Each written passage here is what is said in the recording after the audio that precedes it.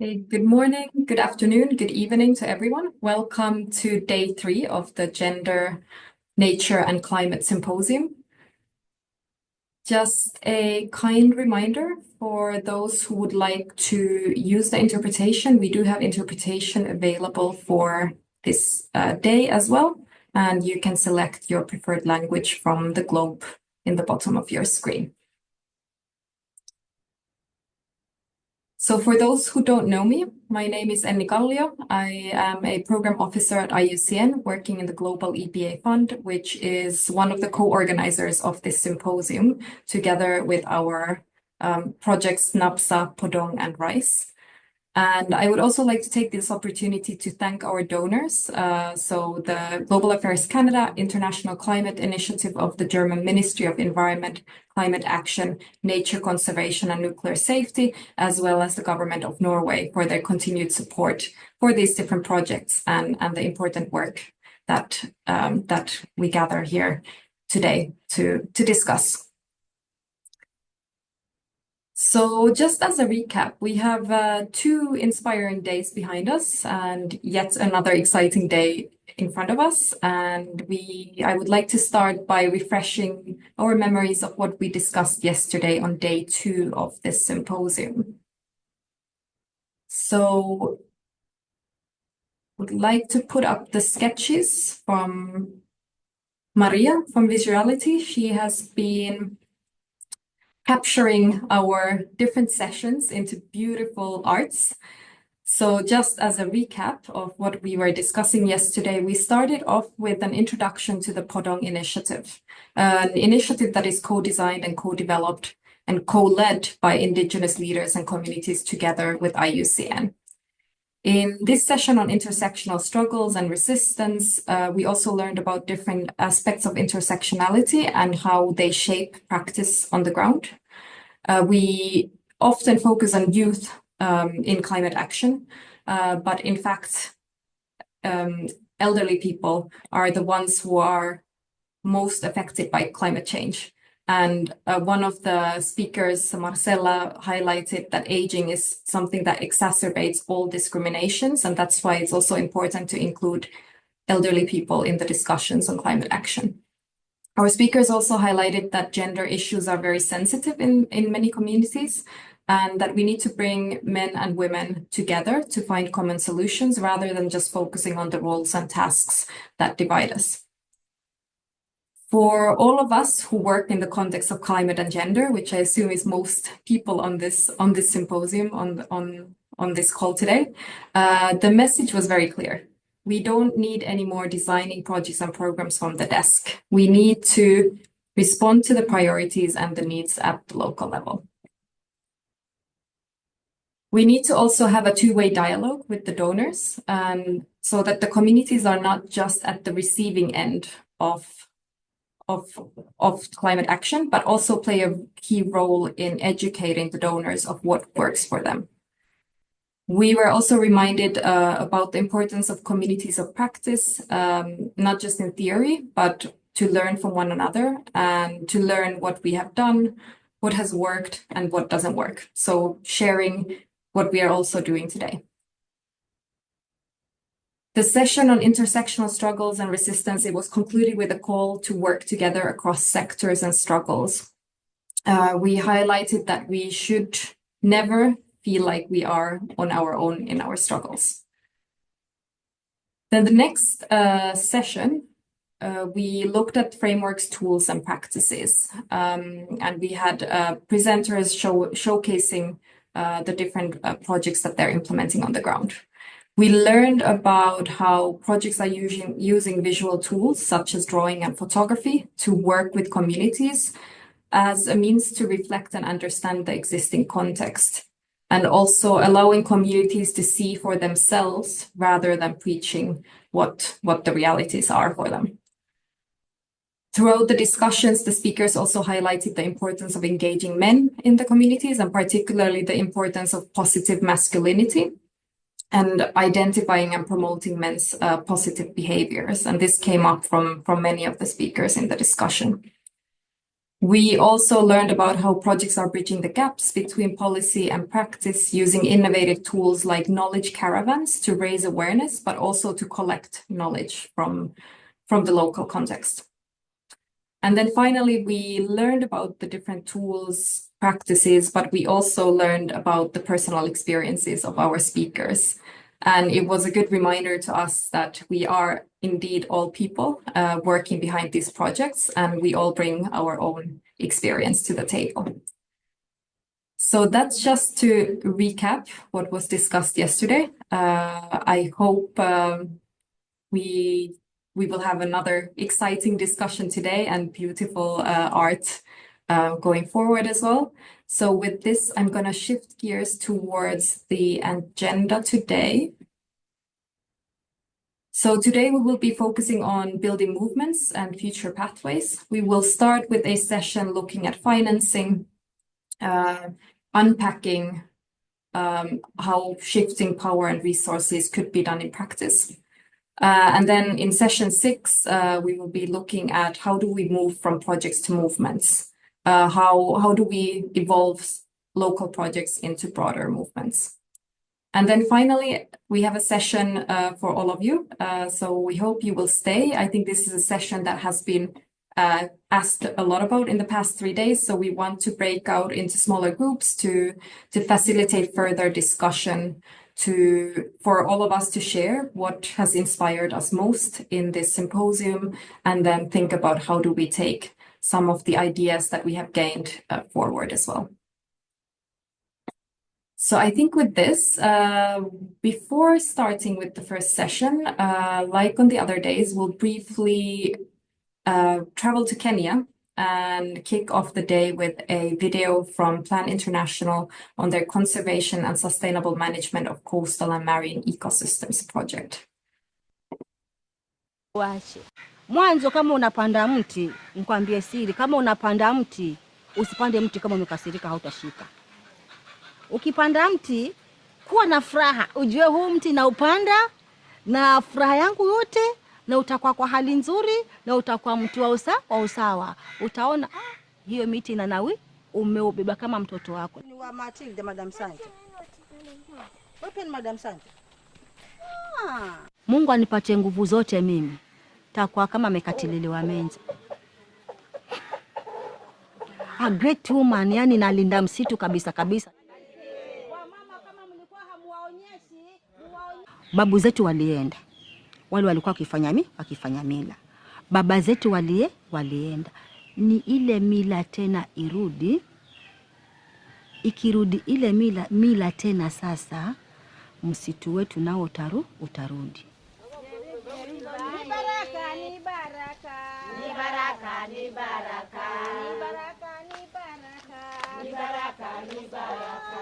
Na wageni ni baraka. Ni baraka, ni baraka. Ni baraka, ni baraka. Ni baraka, ni baraka. Ni baraka, ni baraka. Ni baraka, ni baraka. Ni baraka, ni baraka. Ni baraka kwetu sisi. Ni baraka, ni baraka. Fulani melutuletea baraka. Ni baraka, ni baraka. Ni baraka, ni baraka. Ni baraka, ni baraka.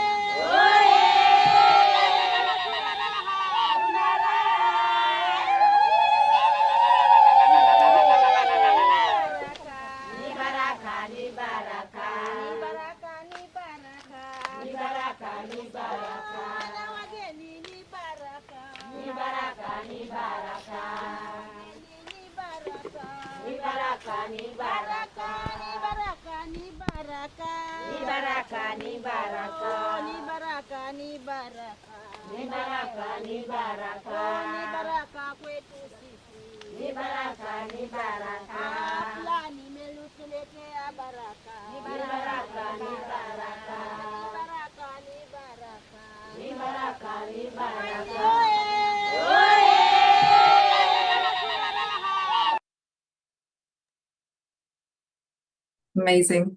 Thank you so much for our project partners in Kenya for setting this inspiring beginning for day 3. This is very exciting.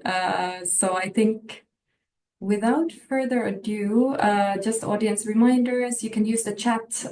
Please use the interpretation as well. We are also streaming this on YouTube, and we will be sharing the slides of the webinar later on. So without further ado, I think we can go to the first session. So we will be looking at financing gender climate action, shifting powers and resources. And it is my pleasure to invite the moderator for this session, Mr. Ali Razarizvi, who is the head of IUCN's climate change and energy transitions, as well as the human rights and conservation teams, and is leading IUCN's global work on climate change, including the climate-nature nexus and human rights. Ali brings over 30 years of rich experience in the environment and development sector, so I'm sure this discussion will be very enriching. Ali, I'll give the floor to you. Thank you, Annie. Good morning, good afternoon, good evening, wherever you are, and welcome back to day 3 of the Nature, Climate, and Gender Symposium. So as we move forward towards building movement and future pathways, this session, which is financing gender climate action, shifting power and resources, will try to address a critical aspect of effective climate action, how we finance it. The equitable distribution of resources is fundamental to achieving our goals. So for this session, we have a fantastic panel of experts ready to unpack the challenges and opportunities in financing climate solutions that are truly gender responsive and community driven. So allow me to introduce them. First, we have Carrie Max. Carrie works in Global Affairs Canada as Deputy Director of the Planning as Partnering for Climate Initiatives. He has worked for over 30 years in international development practice, policy and programming, including in climate change and biodiversity, private sector development, trade, investment, and development finance. He currently focuses on promoting gender-responsive climate and biodiversity partnerships and mobilizing private sector finance into these areas. Next, please welcome João Pancraro. João is an indigenous Pancraro from northeastern Brazil, recognized as a young leader and scientific researcher. He serves as a technical collaborator and a representative of indigenous youth within APIB, Brazil Indigenous Peoples Articulation. We hope he would join soon. I'm just trying to see if have joined or still not has joined. So as soon as joined, we'll welcome him. And then again, we are waiting for João Carlos Ramos, is the Senior Manager for Finance and Policy at Eco Agriculture Partners, leading global efforts in integrated landscape, finance, policy, advocacy, and capacity building across Latin America, Africa, and Asia.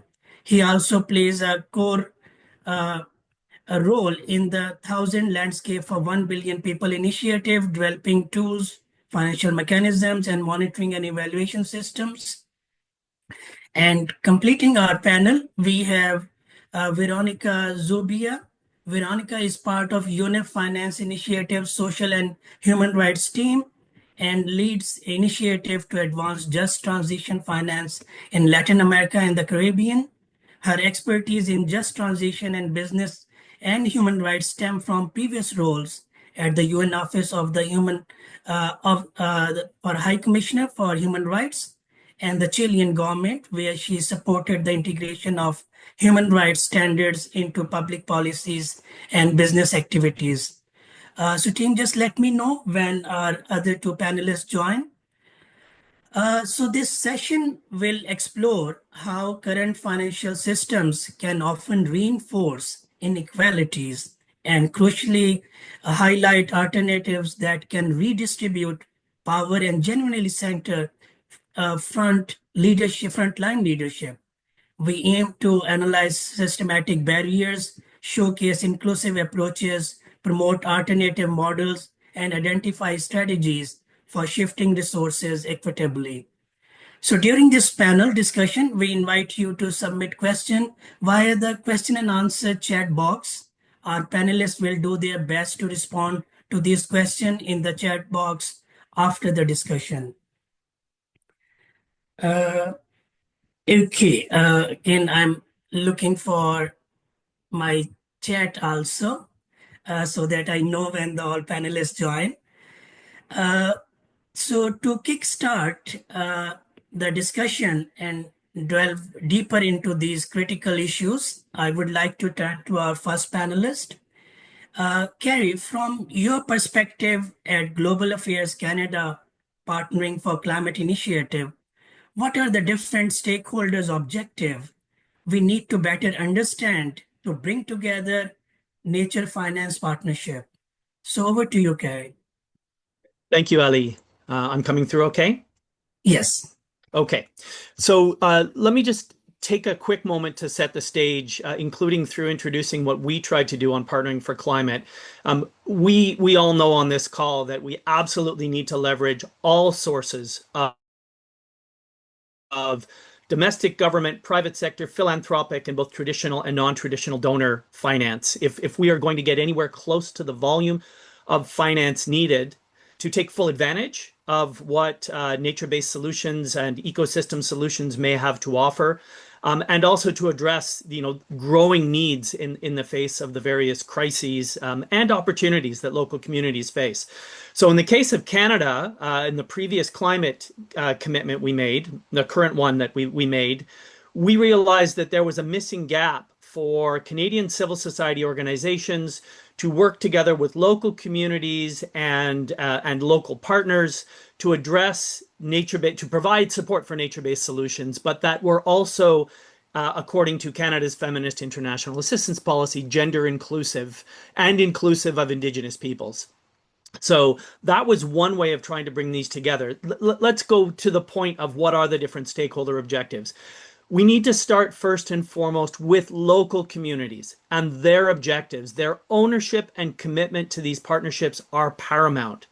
There needs to be a very clear link between the ecosystems and nature-based solutions we hope to support and the economic, social, and/or cultural improvements that these communities prioritize. I think the video from Kenya really illustrated this well.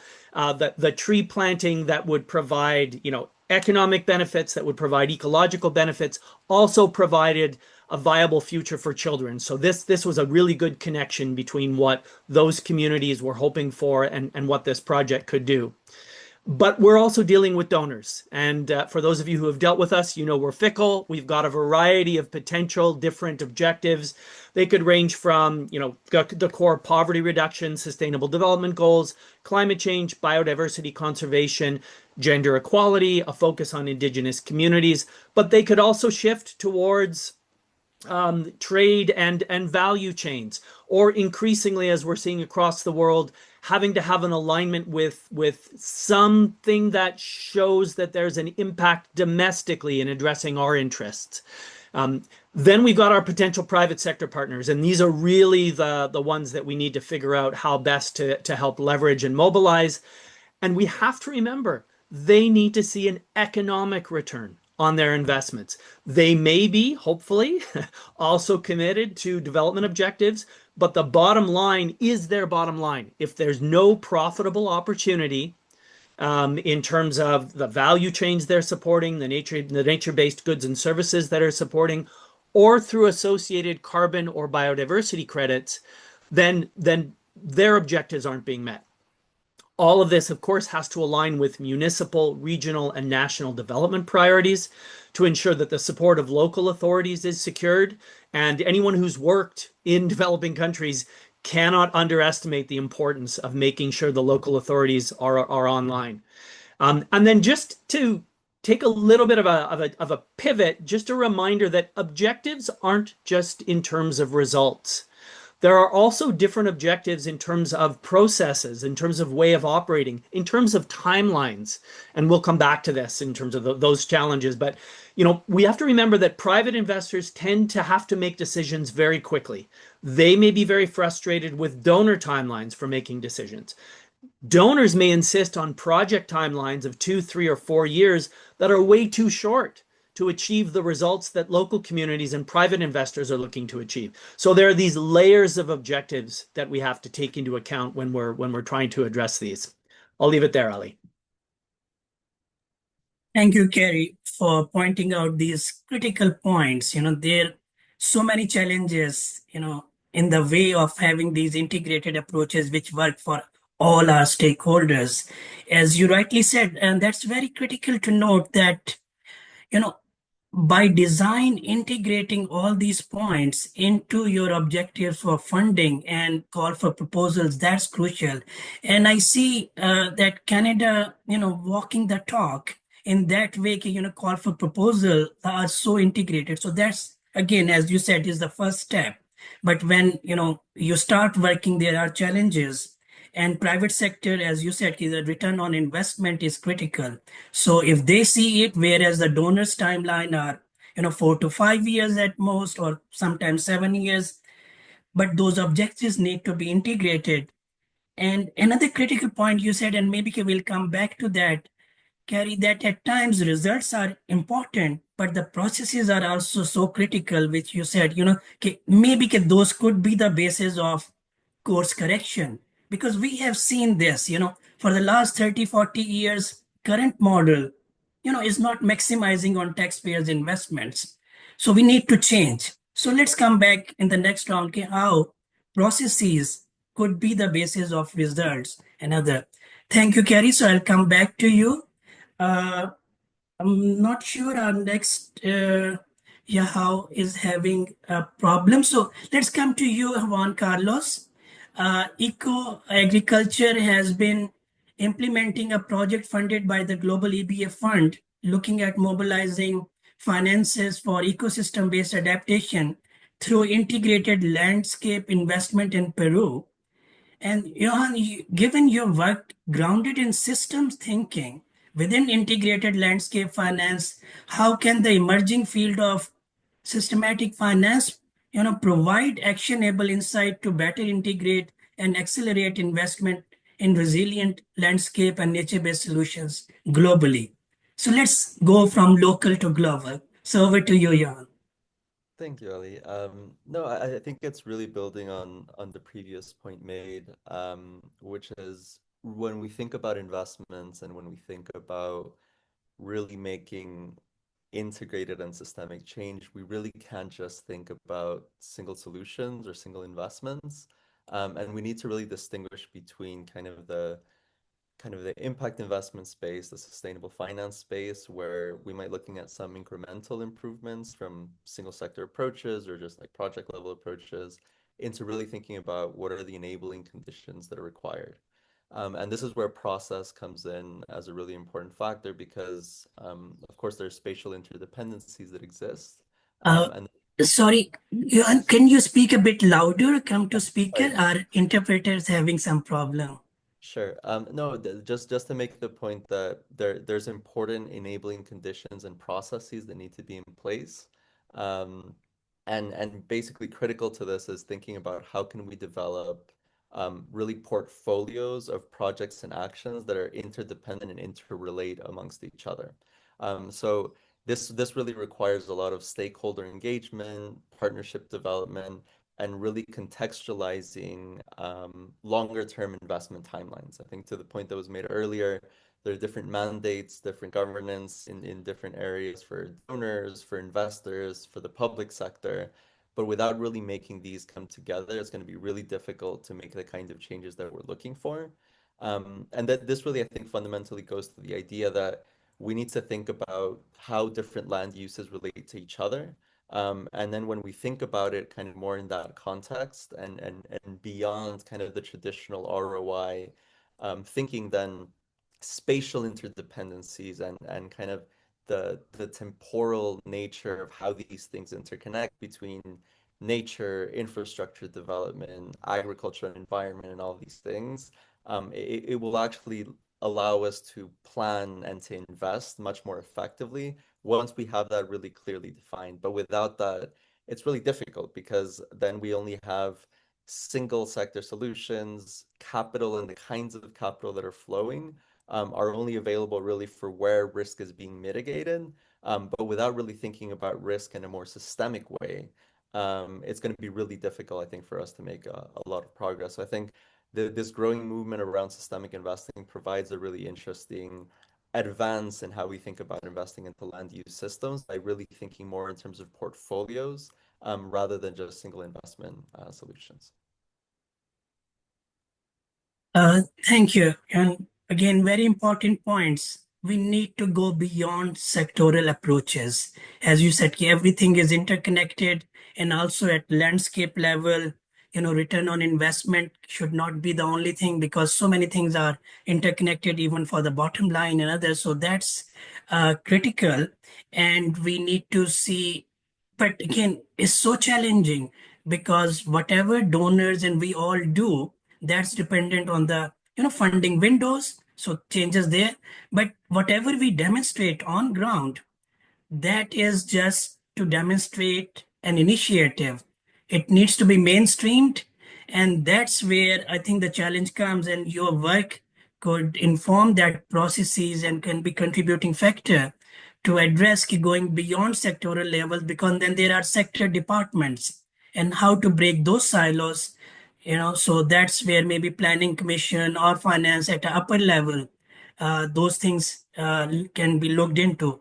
But thank you for sharing. That's very inspiring, and we'll come back to you again. Now let's come to you, Veronica. UNEP just released a briefing on nature-related finance and indigenous people, and has also done extensive work on just transition that highlights the importance of the inclusion of indigenous people, women, local communities, and other underrepresented groups on this economic transformation. Which are the key messages for this work for financial institutions? So over to you, Veronica. Sally, and hello to everyone. For those of you who are not familiarized, let me start by saying that the United Nations Environment Program Financial Initiative connects the United Nations with more than 500 banks and insurance. So in this role, it reaches some social and human rights issues relevant for financial institutions and support practical implementation. And as you mentioned, one of our recent works we did in partnership with the International Institute for Environmental and Development refers to a briefing that explores the interlinkages between the financial sector, nature, and indigenous peoples. It is the one you can see at the slide, and there is a QR code in case you want to directly access to it. So this paper starts by recognizing that while indigenous peoples, local communities, and Afro-descendants plays a key role in maintaining and protecting a big share of the world biodiversity, their voices are not usually heard in policy and financial spaces. So based on the discussion, outcomes, and recommendations from the COP16 in Cali, this note looks to explore and highlights what financial institutions need to meaningfully engage indigenous peoples, Afro-descendants, and local communities. So these key messages are related, I think, of what Kerry and Juan Carlos recently shared with us. So the first key message for investors is that engaging fully with indigenous peoples and local communities, it's the only way to identify, manage, and mitigate environmental, social, legal, and financial risks. This is first and foremost a matter of rights, but it also leads to reduce risks and better financial and environmental outcomes, both for institutions and for communities. And related to that, another key message is the need to a rights-based approach to nature finance, which means aligning financial mechanisms with international human rights standards, including the rights of indigenous peoples to their land, territories, and resources. So nature finance should be hand in hand with human rights and as a mutually reinforced approach. Another message relates to the critical importance of protecting human rights of environmental defenders. As you know, indigenous people often act as human rights and environmental defenders, and it's widely known that they face threats, intimidation, criminalization, violence, and financial institutions can and should recognize this and stand for their rights, including through public commitments, support of mechanisms to provide ways to raise those concerns, prevent threats, etc. Other message relates to the data privacy and sovereignty. We know that strong monitoring, reporting, and verification systems are critical for effective nature finance, but they should protect data privacy and uphold indigenous data sovereignty. So to avoid the misuse and commercialization of indigenous data is relevant, among other issues, to ensure free, prior, and informed consent, and guarantee the rights to, including to remove data from databases. But beyond participation and consultation, it's also key to include indigenous peoples as in the decision-making, in research, in data management, and there are some examples of this also. And finally, the need to improve capacity building programs and simplified application processes to enhance direct access to finance to communities that lead to conservation and restoration efforts. I don't want to finish without briefly commenting that this report also relates to a previous work that UNEP did in partnership with ILO about financing a just transition. The next one, thanks.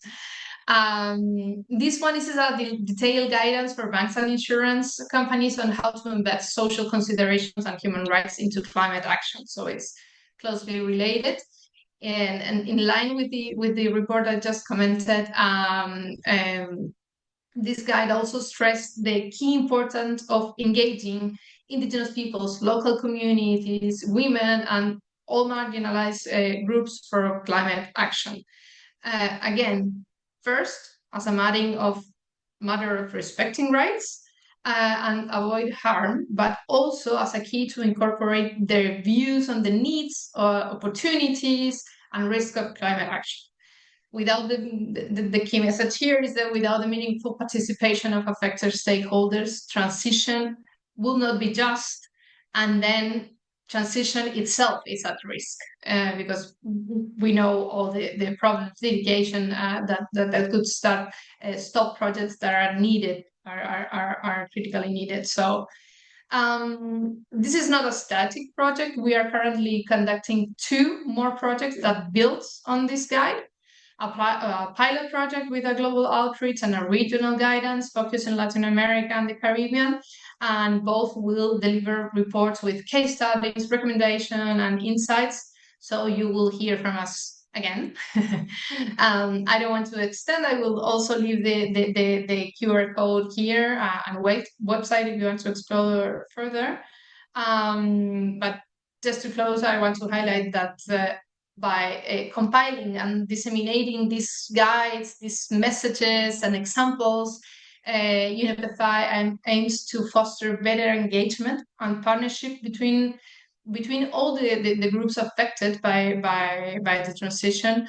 And regarding the first one is also specifically on indigenous peoples, and not just engagement as to potential beneficiaries, but also as a protagonist of this transformation, and again bringing their voice to the table. Thank you, Ali. Thank you, Veronica, for sharing these very practical, action-oriented recommendations. So you're so right. Indigenous people, local communities, their voices, they are voiceless. In the policy, they started it, but still dependent on many of intermediary organizations, and in the financial sectors, gradually it is coming up, and they fought very hard for it, coming at this stage. So having these recommendations that they should not be treated as just a tick mark exercise, because that's unfortunately had happened previously, that, in the name of consultation, we have, organization used to put, okay, Consultations were more information sharing. Okay, these are the objectives of the project. That's where we are working with you, and these are the benefits. Pen needs to be in the hands of indigenous peoples and local communities so that they can co-design and co-implement. So that's very good to okay, all these things now getting consolidated, and then will be informing and influencing your outreach huge, which you shared more than 500 banks and in financial institutions. So hope this message gets across and then gets implemented also. So again, we'll come back to you again, Veronica. So now let's go back to Carrie. Again, you're where we left that. Let's look into that, processes, how processes can help us in, working towards sustainability of the intended outcomes, because project, outputs can be achieved during that period or we can work towards, but outcomes and results at times take a lot of time, which is mostly beyond project duration.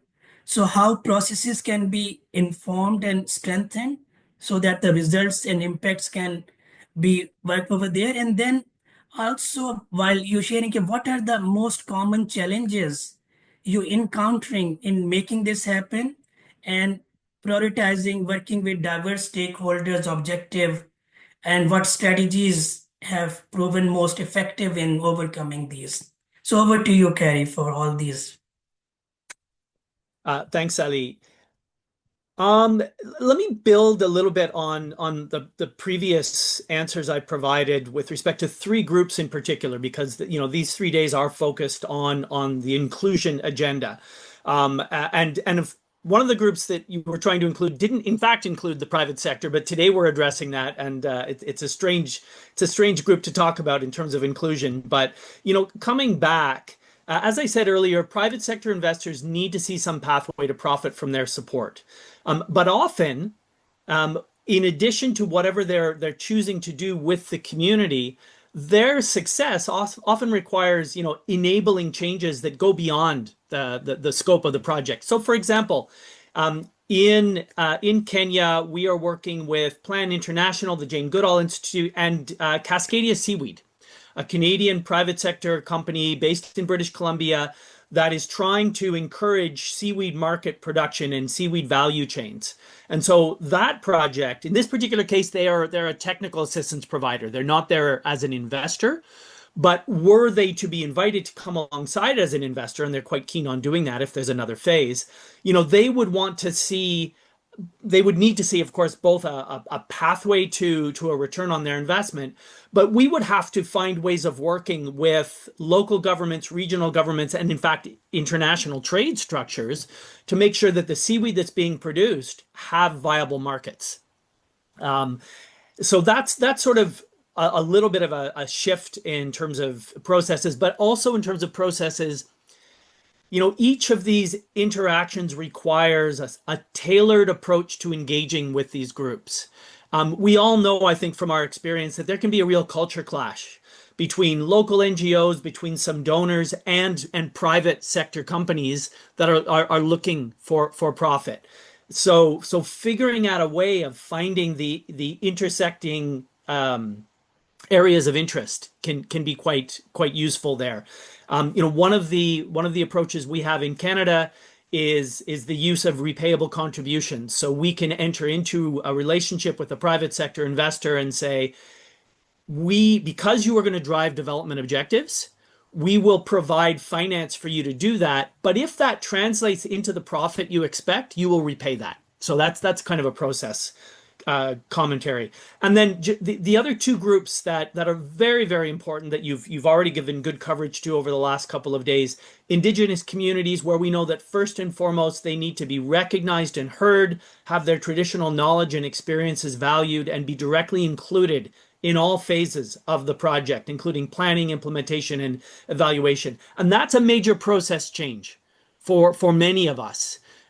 For many donors, for many executing agencies, there's the initial reaching out to potential stakeholders, And then there's project planning and implementation and evaluation, and that happens, maybe with or maybe without them.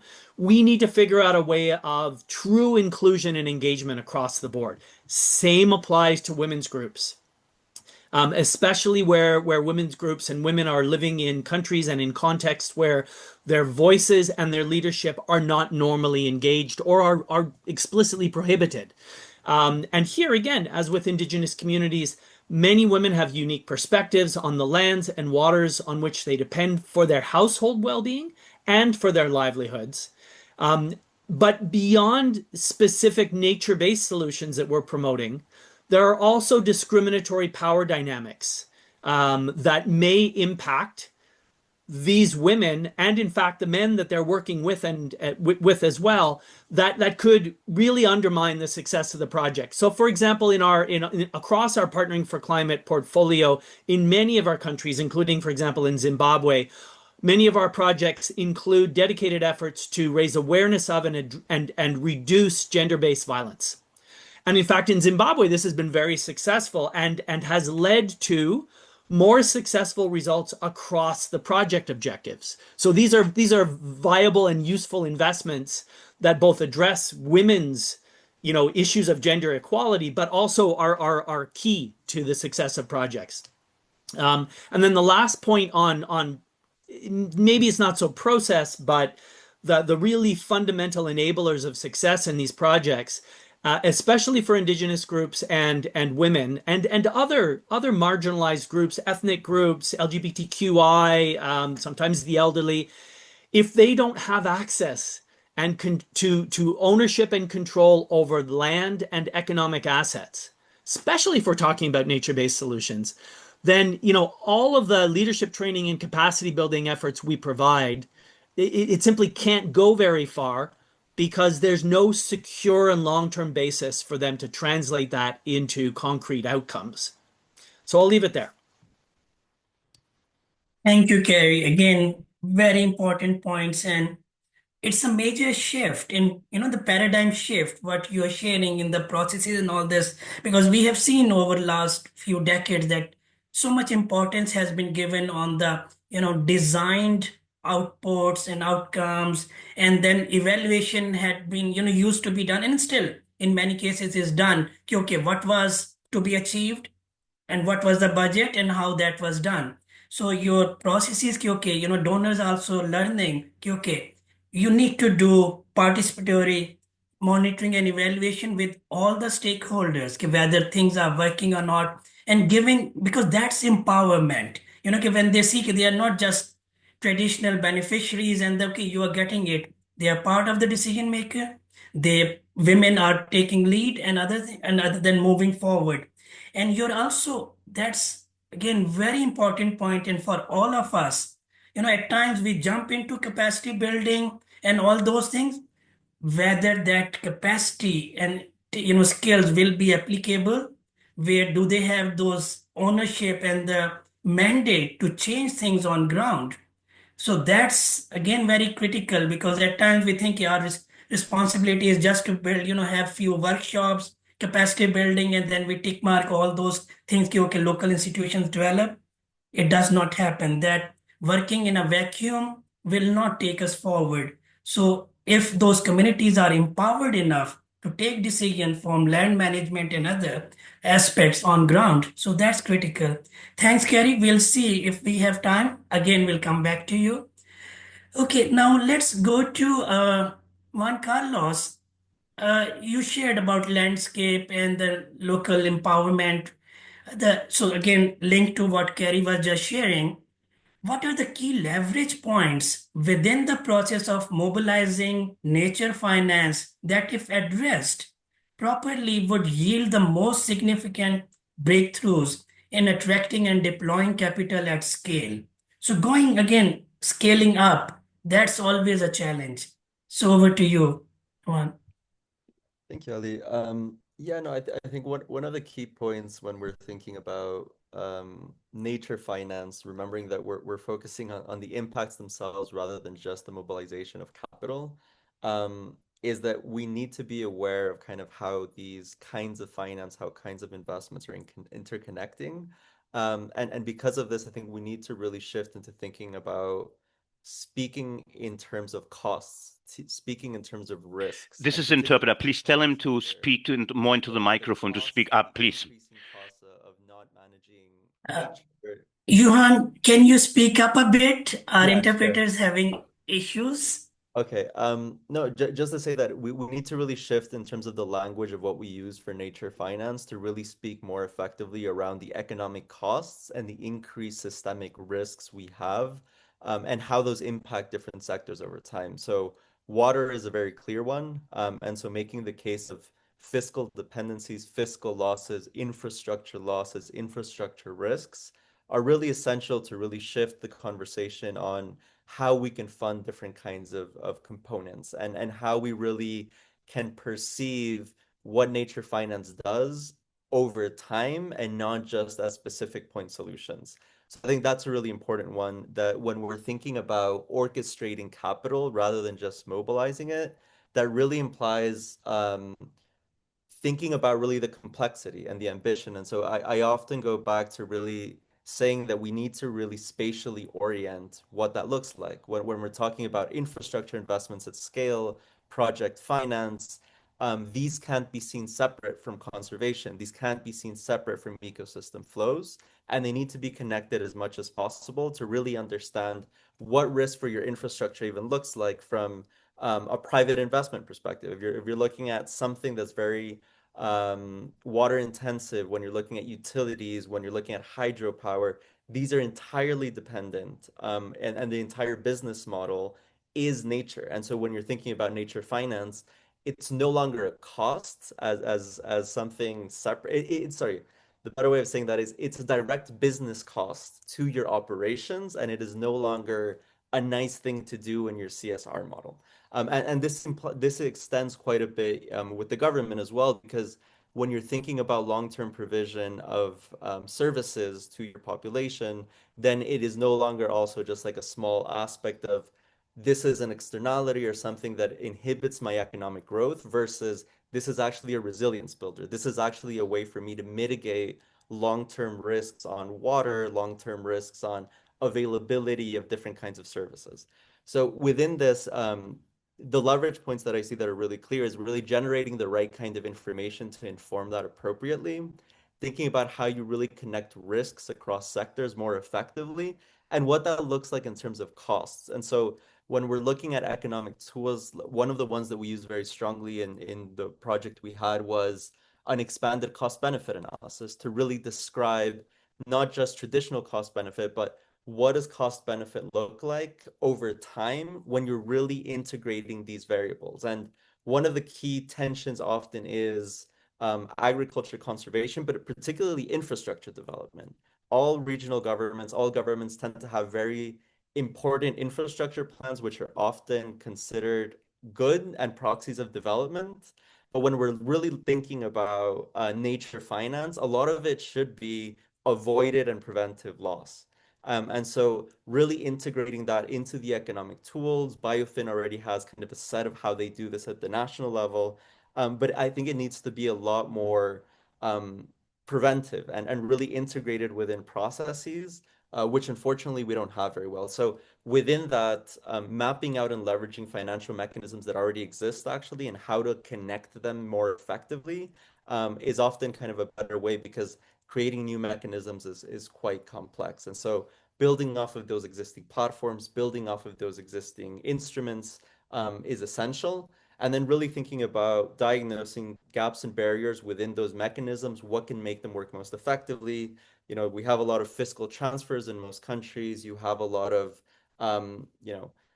grant-oriented funding to support transitions, but really thinking about how you're connecting those most effectively is really, I think, where we can get scale, because then you can mitigate risks across different kinds of pipelines over time. Thank you. Yes, I think that's a really good example that private sector and businesses, everything is interconnected, especially when their raw material or supply chains are nature dependent.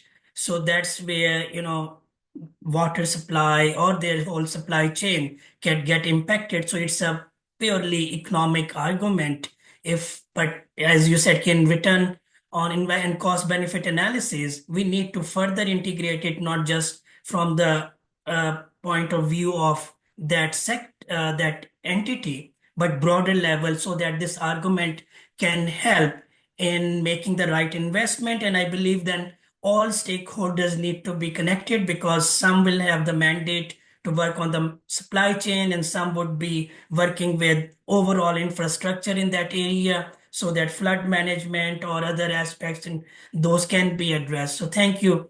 These are very practical aspects which can be taken forward. Okay, now looking at time, I'll come to now Veronica, that based on the work you just shared and conducted the nature finance and just transition, can you provide some examples of innovative financing mechanisms or initiative or project that focus on the inclusion of Indigenous people, women, and groups? Just a couple of examples. Sure, Ali, thanks. And I will like to start addressing a very timely question I got in the chat, because the question was exactly if these reports include index-based insurance. Short answer is yes. The Just Transition guidance highlights the potential of this as an innovative mechanism, especially to protect small or family business in agriculture, which are climate and economically vulnerable. So this mechanisms it's innovative to improve the accessibility of climate insurance from a broader base of clients. And so for this type of insurance, payments are made automatically when a predetermined index is met, such as rainfall or drought, and this eliminates the need for individual farm assessments. So it gets the cost below and makes the insurance more accessible. This supports a quicker recovery and increasing resilience, but there are still challenges to address with these mechanisms, like how to reduce cost and get accurate climate information. But with our work with the members, we have seen examples of insurance companies working, for example, with local governments, affected communities, and other partners to address those challenges. That's with the index-based insurance, but I wanted also to raise a little bit of other mechanisms. Like one of the mechanisms mentioned at COP16 is and highlight also in this briefing I told before, it's the biodiversity credits. But regarding this mechanism, some relevant ideas were that any nature-related projects should have a rights-based design and implementation, as mentioned before, should share the benefits with communities, and should also consider the participation of communities, indigenous peoples, Afro-descendants in the design and decisions related to these mechanisms, including determining whether those mechanisms are appropriated or should be developed in the first place. There are other interesting mechanisms. For example, there are some examples of financing renewable energy projects in partnership with indigenous peoples. There is one example in Kenya where the indigenous community participates with 5% of the shares of the company, and the revenues go to a community trust. And guarantees a minimal verification of title security. And there is another case where we are now studying in Colombia, where indigenous communities have also participated in the design and decision making of a renewable energy project. And the agreement between the community and company includes a commitment to transfer the ownership of this solar plant to the community after 25 years of operation. But we are talking also about women inclusion, and we know that climate change and climate transition disproportionately affect women, but there is a necessity of incorporate their voice for a just transition. There are several banks that have started issue sustainable bonds, including gender-linked bonds. as a way to leverage resources to decarbonize its portfolio while also contributing to financial inclusion. And in one of these examples, the bond, for example, allowed financing women-led SMEs in renewable energy projects. And there is also a bank in Colombia that developed a project to support and accompany women entrepreneurs seeking to implement projects related to environmental mitigation and adaptation. Okay. And yeah, I will leave it there. Just there are some examples to illustrate that the financial sector can and has a key role in supporting inclusion of marginalized groups. No, thank you, Veronica. Very good examples. And then you rightly said the gist is the rights-based approaches in financing mechanisms also. This is such a wonderful discussion. I wish we had more time so that we could continue with this. But as the session time is coming to an end, so I would like to close this session. But I would like also to share that Yohao, our fourth panelist, he is in Terra Indigenous Pancraru, area. So he was trying but couldn't join. So he sent his regrets, but maybe some other time we will have this discussion. So as we bring this insightful session to a close, I would like to extend my sincere thanks to our incredible panel, Carrie Max, Juan Carlos Ramos, Veronica Zubia, for being with us today and for having these insights, sharing your insights. We titled this session Financing Gender, Climate Action, Shifting Power and Resources, because we fundamentally believe that equitable distribution of resources is non-negotiable for effective climate action. Our conversation today has really, underscored this imperative, delving into how we can move beyond traditional financing model that too often reinforce inequalities. These are all unintentional, but somehow, as unintentional things become more powerful when, especially in this sector, and they contribute towards the existing inequalities. The overarching message is very clear: achieving gender responsive climate action and fundamentally shifting power and resource that require us to be practical, inventive, and courageous. It means we cannot go with business as usual. We need to navigate imperfect alignment, valuing diverse knowledge systems, and co-creating solutions that empower those on the front line of climate change. Thank you, Carrie, Yohaz, and also John, Veronica, for your expertise, your passion, and for challenging us to think differently about finance. Finally, I would again like to reiterate our deep appreciation to Global Affairs Canada, the International Climate Initiative of the German Ministry of Environment, Climate Action, Nature, Conservation, and Nuclear Safety, and the Government of Norway. Their commitment makes these crucial discussions possible and fuel the broader movement for a just and sustainable future. Thank you all again for joining us. Let's carry these insights forward and work together to build a more equitable and resilient world. With this, I'm handing over to you, Annie. Great. Thank you very much, Ali, and thank you to all of our panelists for joining us today for this really important discussion.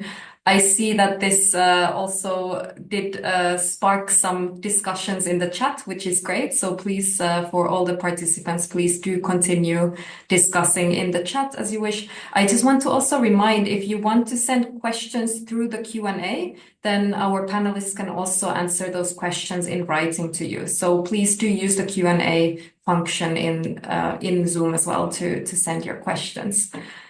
Great discussion. A good reminder that we need to leverage all stakeholders, all sources of financing, but in an inclusive way. And we need to think who is actually holding the pen. So thank you for this discussion. And again, thank you for this beautiful art summarizing some of these key takeaways. So I think now as we gear towards the next session, in between, we'll travel to Chile and to learn a bit more about the Inclusive Conservation Initiative in Chile, which is being executed in the Futamawitsa territory.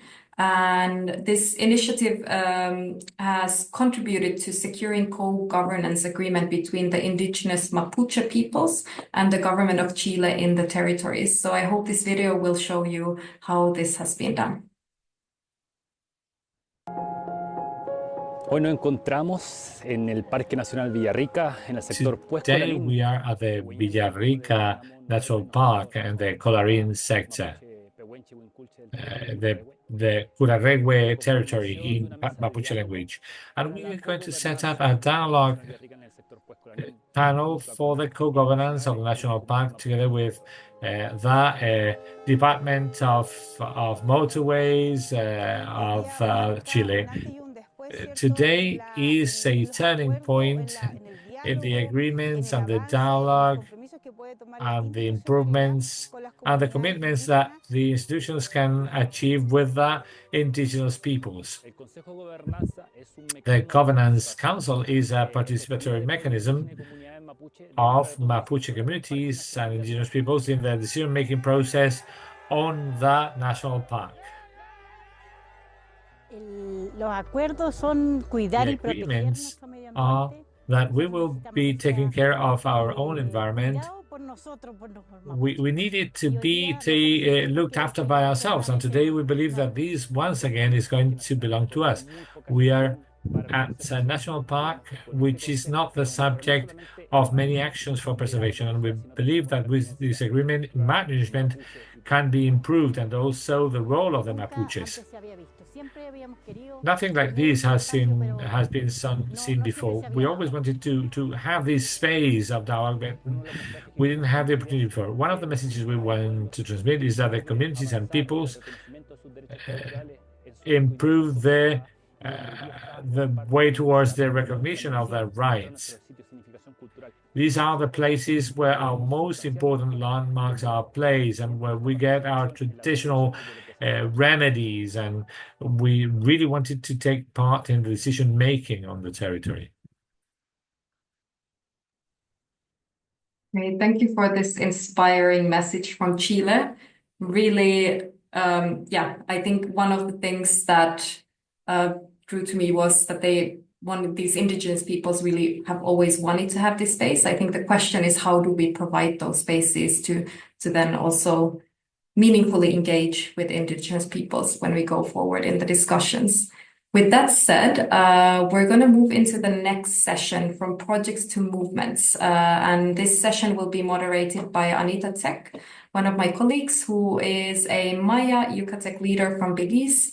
Anita is the Senior Program Manager for the Indigenous Peoples and Conservation in the Human Rights and Conservation team, and the co-creator of PODONG Indigenous Peoples Initiative in partnership with IUCN Indigenous Peoples organizations.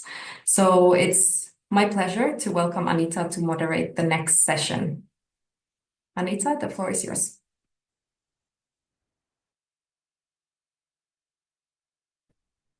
Hi, good morning, everyone. Good afternoon, good evening. Thank you, Annie. I welcome you all to this sixth session of the Nature, Climate, and Gender Symposium. As you all know, if you've been following us for the past 3 days, we have been having this very interesting symposium. And today in this session 6, I will be moderating a panel on focusing on from projects to movements. And basically here we will be sharing how projects that are rights-based, that are inclusive and participatory in their process from development to implementation, work towards gender equity, towards climate justice, and also they contribute to advance climate, nature, and gender movements, including that of indigenous peoples at the wider scale. As Annie said, my name is Anita Tsek, and I am a Maya Yucatec leader from Belize, and currently working at IUCN as the Senior Program Manager for Indigenous Peoples and Conservation. And of course, I'm very honored to be here today moderating this important discussion. However, before we go into the content of the session, I would like to share with you that In our sacred Mayan calendar today, we call it the day of Nawal Ahmak. Ahmak is an energy. I can't hear Anita. Wait. Are you all hearing me, or is just Agnes? Anita is muted. Am I muted? Any? No, I think we can hear you. Okay. Agnes, everyone is. Now you have been muted. If you can turn back on the. Hello? Yes, Hello? there we go. Yeah. Yeah, but I can't hear Anita. Hello. Does everybody else hear me? Yeah, I can't hear Anita. Yeah, we Hear hear me? you. Agnes, I think it's from your side. If someone can please support Agnes from our chat group. Yeah? Okay. So while Agnes figures out her connection, maybe it's her can't hear connection. anyone. I know maybe it could be her connection. I was sharing with you that the energy of today, according to the Mayan calendar, is what we call Nawal Ahmak. Ahmak means a new beginning. It means renewal. It means an energy that brings us together for us to think, what are the things we need to change, to do differently, and to have a transformation that we're continuously seeking.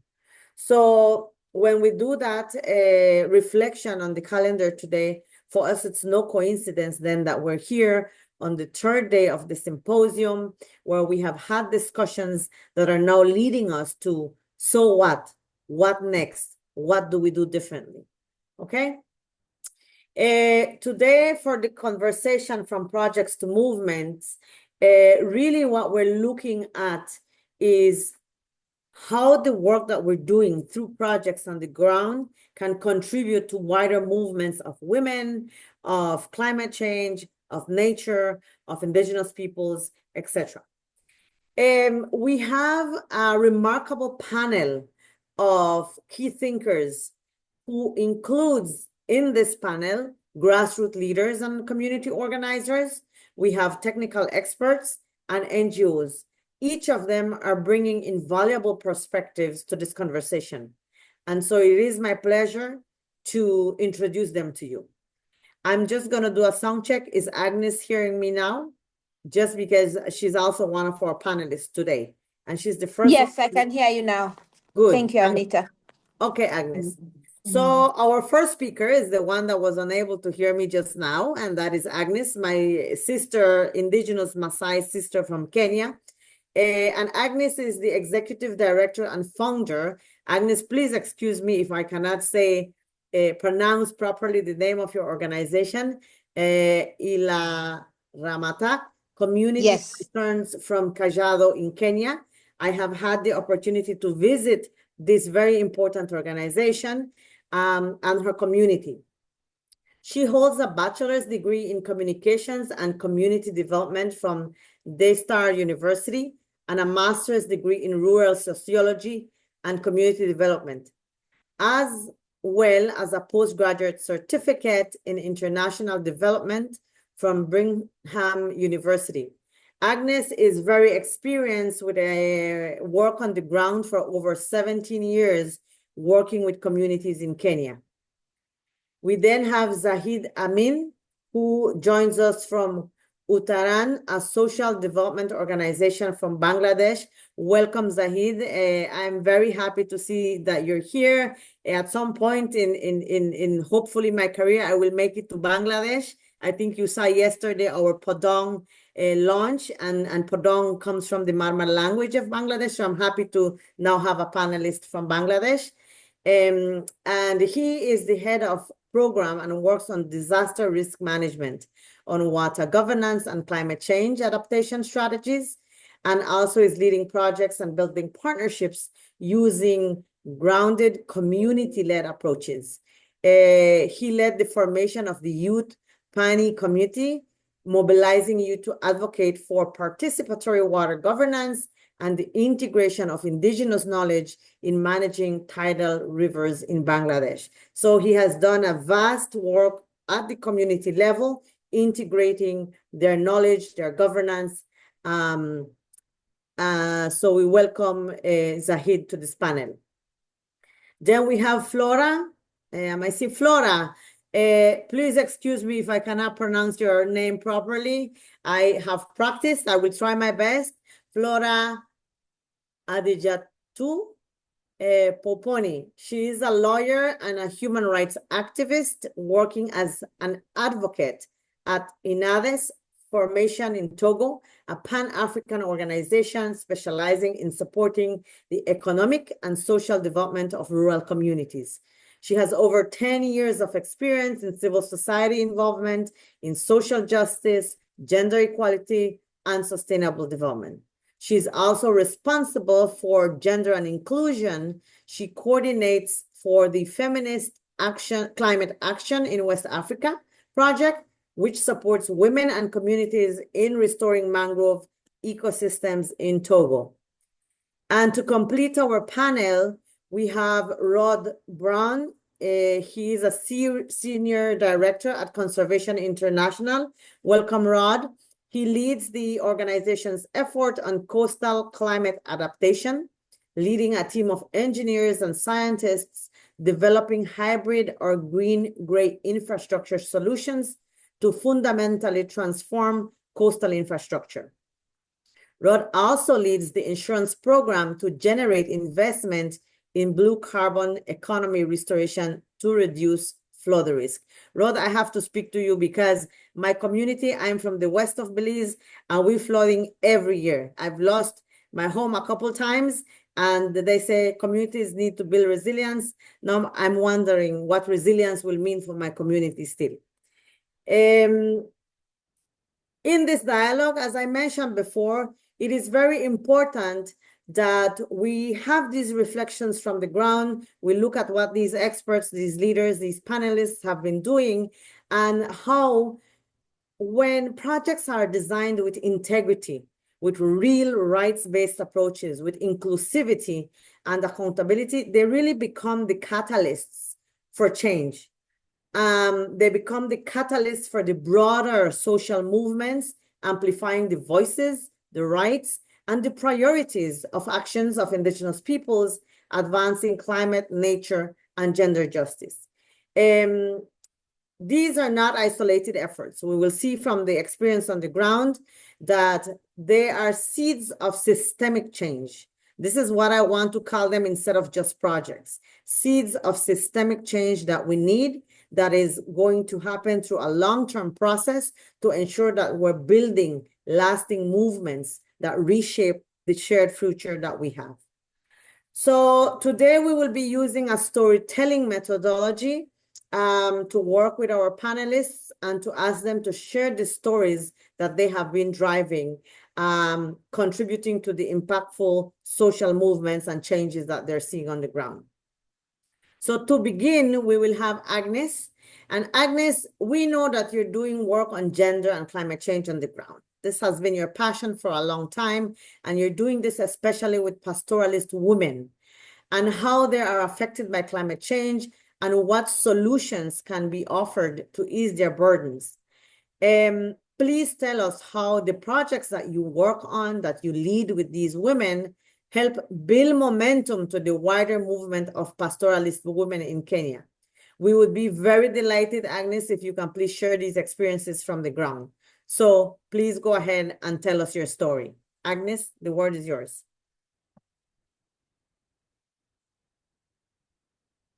Agnes, do you hear us? Hello? Sorry, I had not unmuted. Sorry.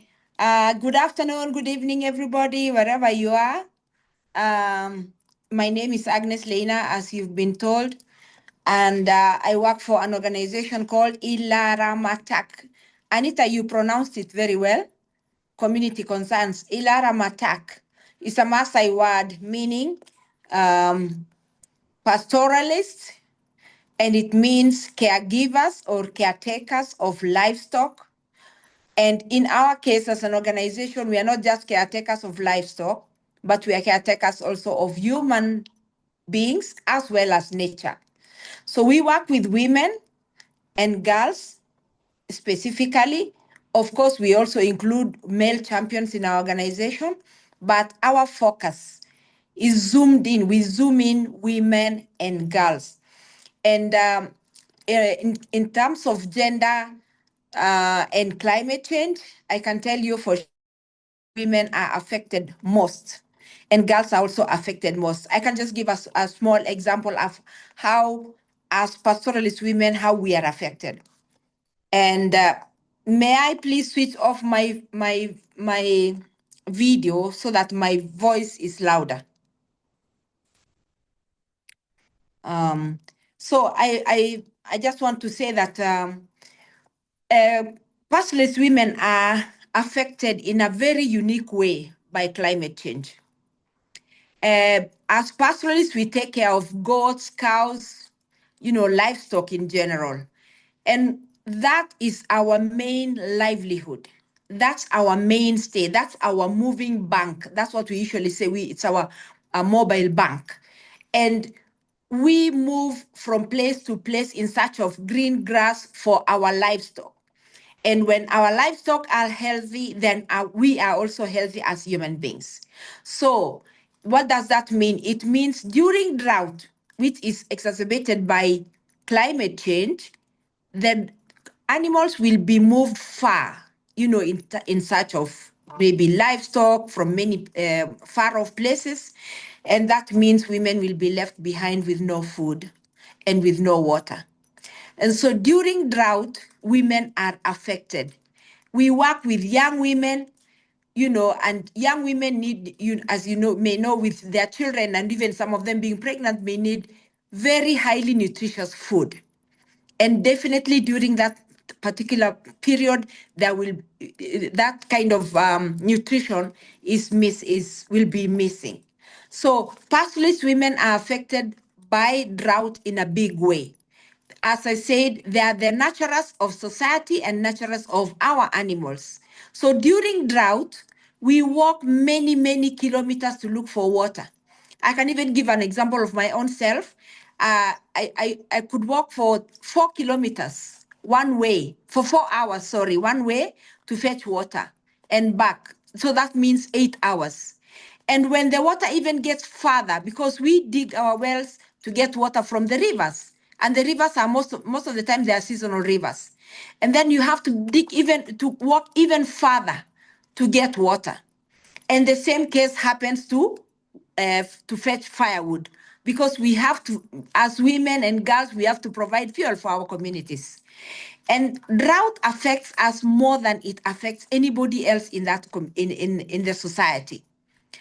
When it comes to girls, because we also work with girls, during drought, most girls will definitely drop out of school because they walk for many kilometers to look for water to wash their uniforms, to wash their own bodies. And then the next day, it means they will not be able to go to school because their uniform is not dry. So they have to walk back to lose 1 or 2 days of school.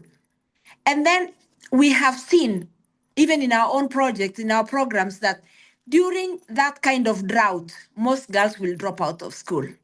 Not even just girls, even boys, pastoralist boys will drop out of school to go and follow the cows so that they can take their cows far, follow their parents to far off places. Okay. Then Agnes, another thing that I can say that Agnes, yes, I'll ask you to start wrapping up. Sorry, I didn't mention that each panelist will have 4 minutes, so I'll ask you to wrap up. Okay. Yeah. Okay. I'll come back to it. So anyway, we have organized ourselves. We have our own community based adaptation projects, and what you are seeing there is us drawing our projects. What we need to do as women, because we're the ones who decide. We're the ones who are affected, and therefore we're the ones who have the solution of what we can do and how we can go about it. So I think I will go on later on again, pick up from there, because it's a lot. Thank you.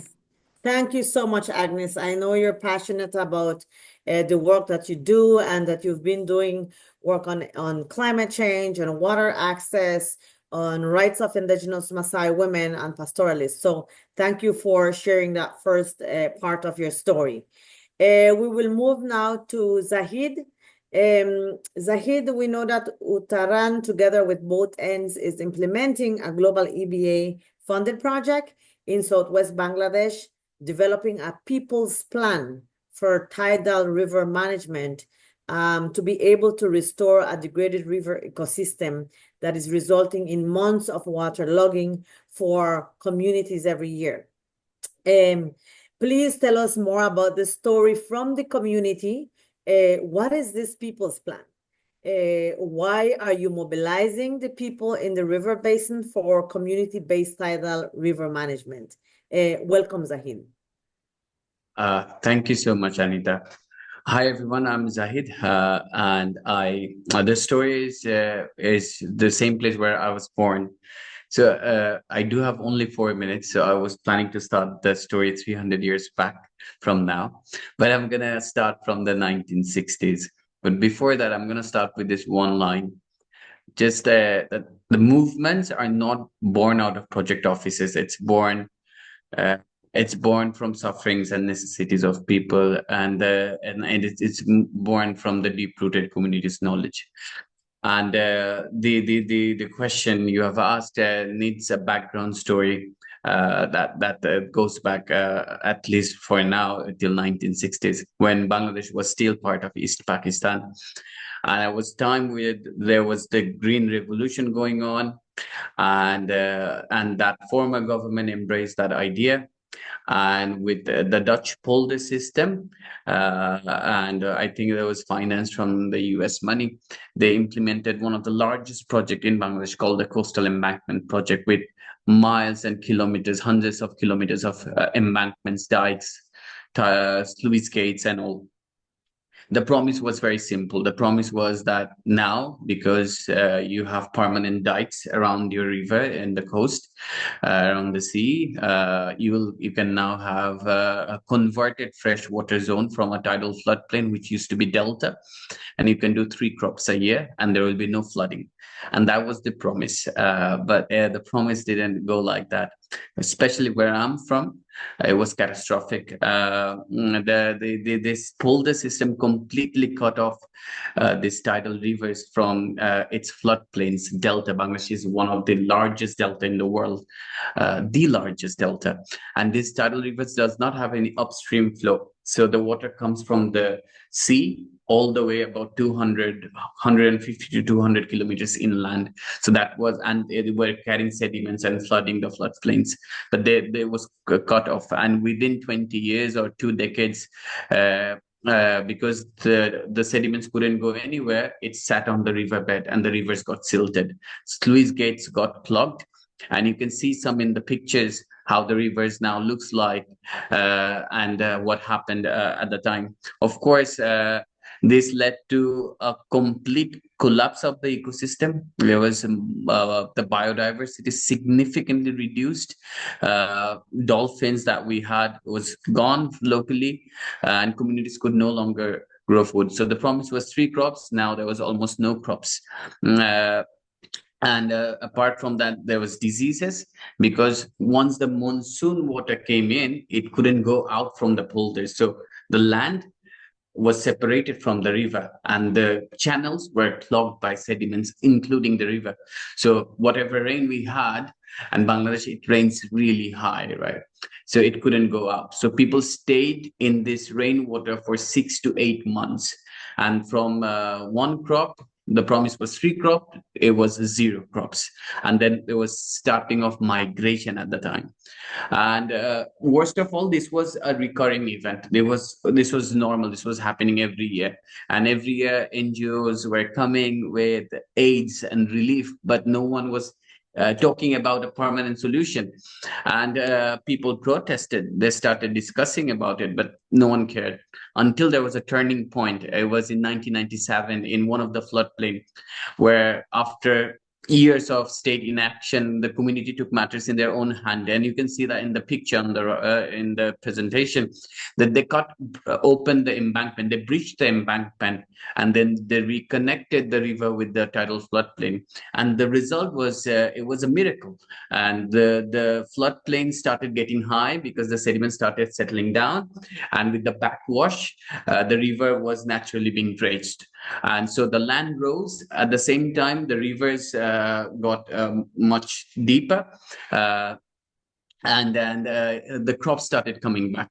And this is how the TRM was born.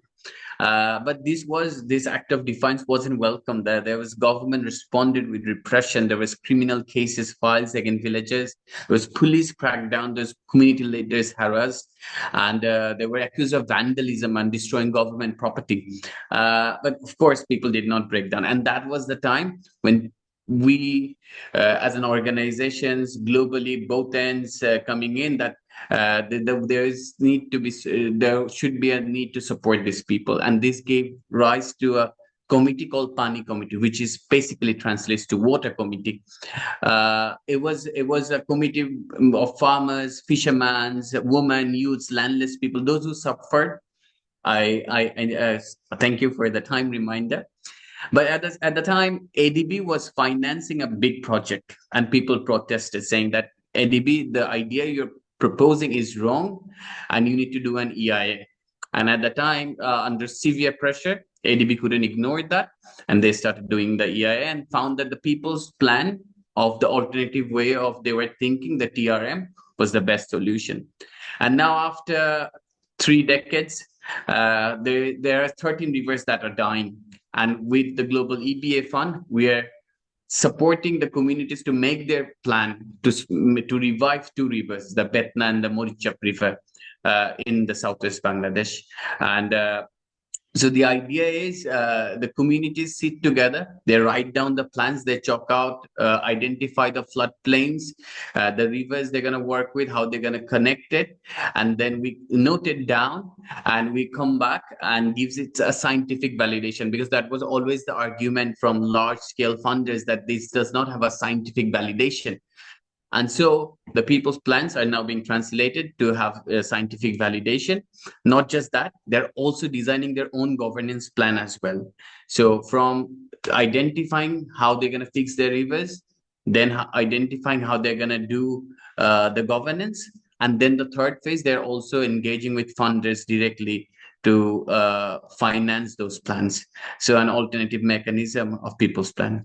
Over to you, Anita. Thank you, Zahid. I see you get my cue, so I really appreciate that. It is very interesting to see this work. This is basically addressing a historical problem, no? And I can relate to this. My community is in a similar situation with all these terrible floods every year. We will now go to Flora, and Flora, you work on projects supporting the economic and social development of rural communities. And basically through these, you have been addressing gender equality. We would be delighted to hear how these projects are contributing to closing those gender gaps you find on the ground. You have 4 minutes, so please go ahead and tell us your story, Flora. Flora, you can go ahead. Merci beaucoup, Anita. Bonjour, bonsoir à toutes et à tous. Je suis Flora Adidja Tukumpuni, chargée de plaidoyer à INADES Formation Togo. Thank you very much. I'm working in Togo through a training through UNADES, which is a development society or agency which is accompanying us in our work as an activist on sustainable development. Gender equality is at the heart of the concern of INADES. We are integrating it across the board. We are absolutely sure that in order to achieve sustainable development, it's absolutely necessary to have women totally involved. On the ground, we still see some obstacles and certain inequalities between the genders, which somehow act as a brake on the access of women to property, the scarcity of the participation in decision-taking process, and the access to training, education, and also women suffer gender violence.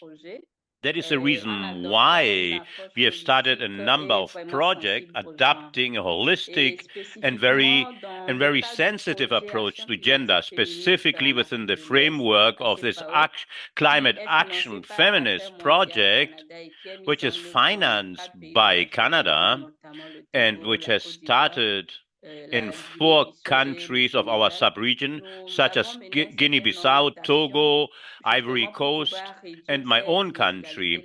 We have launched specific action to reduce those gender inequalities. In the case of this project, which tries to lead the youngsters to develop adaptation capabilities facing climate change. And that is the reason why we carry out activities of repopulation or reforestation, and women are very much involved. Let's say everybody has to be totally involved in the identification of the reforestation, or women are always very present. And to provide you with a further example, this has contributed to reforest a whole area. To provide you an example, coconut trees to be exact, in order to mitigate climate change. We are also strengthening capacities to lead women to be able to carry out a leadership role. We are strengthening the women in leadership positions, and we're also teaching them better ways of communications to be able to participate in governance. And within this project, we have accompanied women also to be able to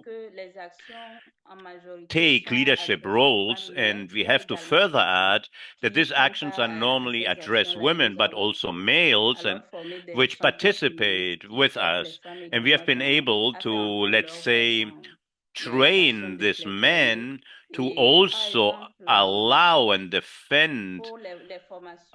to defend women's opinions and the women movement. We also train, and as I stated earlier on, this is a sub-regional project on a level of Senegal. We are training women in agriculture and in honey production, because normally men are only dominant in this sector, but within the framework of this project, women receive the training in this activity. And in Togo, they are also participating in the product transformation to sell those products. And we can also add that through this information, we have been able to observe that there are changes which are taking place in the community. We have received testimonies of participants of this program in which this women state that it was quite difficult to see women in the past to participate in community decision or in a community development program. And this is something that we can see now on the ground, where we have women which occupy positions of responsibility in these commissions. And I would also like to facilitate and to inform you about some testimonies. We have been able to improve leadership and communication. There are some women, a specific woman who stated in the past she was not able or incapable of taking the floor, but this empowerment on communication has understood the idea of women's participation in development. And Togo is preparing itself right now for municipal election in a month, and she has presented herself as a candidate to be a council member in the municipality, and therefore carry the women of voices and allowing them to defend their interests. Thank you very much. Thank you, Flora, for... Yes, can you hear me? Yes. For sharing that story from the ground. Also, I can relate to this harvesting of honey. It's very similar to what we do in my community, and as you share, is usually men doing this work. My father was also a honeybee producer, and I was more dealing with the marketing of it. So I think when you do economic empowerment of women, the role of women, local women, rural women in the marketing is where you see the jump into that empowerment. So thank you for sharing your story with us. Rod, we know that at Conservation International, you all are coordinating a global green-gray community of practice that combines green ecosystem conservation and restoration with gray conventional engineering work. And this work is also supported by the Global EbA Fund. Can you please tell us briefly about this community of practice? How did this global community come to be? And how are you working together to overcome barriers to scale? Welcome, Rod. Yeah, great. Thanks so much. Really powerful stories being told. So excited to kind of jump in. So the Global Green Gray Community of Practice was launched in 2020, and it's a global network of professionals and communities committed to mainstreaming nature integrated infrastructure, right? And so it brings together engineers, architects, planners, policymakers, and funders to advance really practical solutions that restore ecosystems while also reducing climate risk. And so really it's geared towards tackling four major barriers, right? And so one is really just sort of, the technical know-how, right? And how they perform. The second is sort of this lack of awareness, right? And so folks and engineers typically that are kind of making decisions about these kinds of projects just don't have a good awareness of the kind of projects that they can implement, right? There's an absence of policies that really incentivize green gray or NBS. And the fourth challenge is really sort of this lack of clear return on investment, and often they're not considered bankable projects, right? So we're in the process of launching essentially three working groups, a financial, a policy, and a technical, right, to really tackle these challenges. And we've created some really good tools, including a practical guide to green gray infrastructure, and more recently a coastal green gray cost benefit analysis tool that's available on our website that you can download, and it's Excel based and you can use it.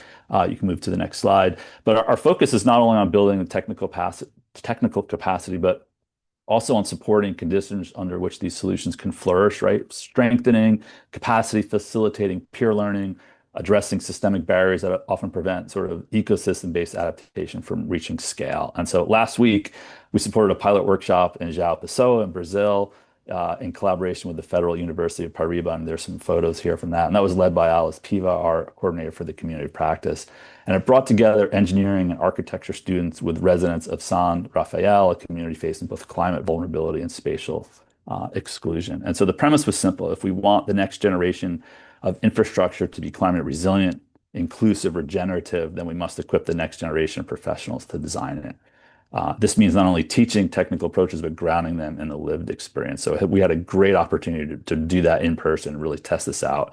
And so participants from a number of disciplines to really support this, and it was a real hands-on approach, and it revealed a critical insight. While funding and policy still have a long way to go, really to support NBS, the first step is ensuring we have skilled, committed practitioners on the ground. And so that's precisely what the Global Green Gray Community of Practice really sets out to do: build that technical capacity, foster interdisciplinary collaboration, and create the conditions for practitioners to design effective context-driven solutions, right, that work with nature and people, and in those communities, which is really kind of critical. And you can move on to the next slide, please. And as we scale up sort of regional initiatives, right, these grounded experiences ensure that our strategies are not only technically sound, but also socially responsive, right? So let me take you to the North Brazil Shelf.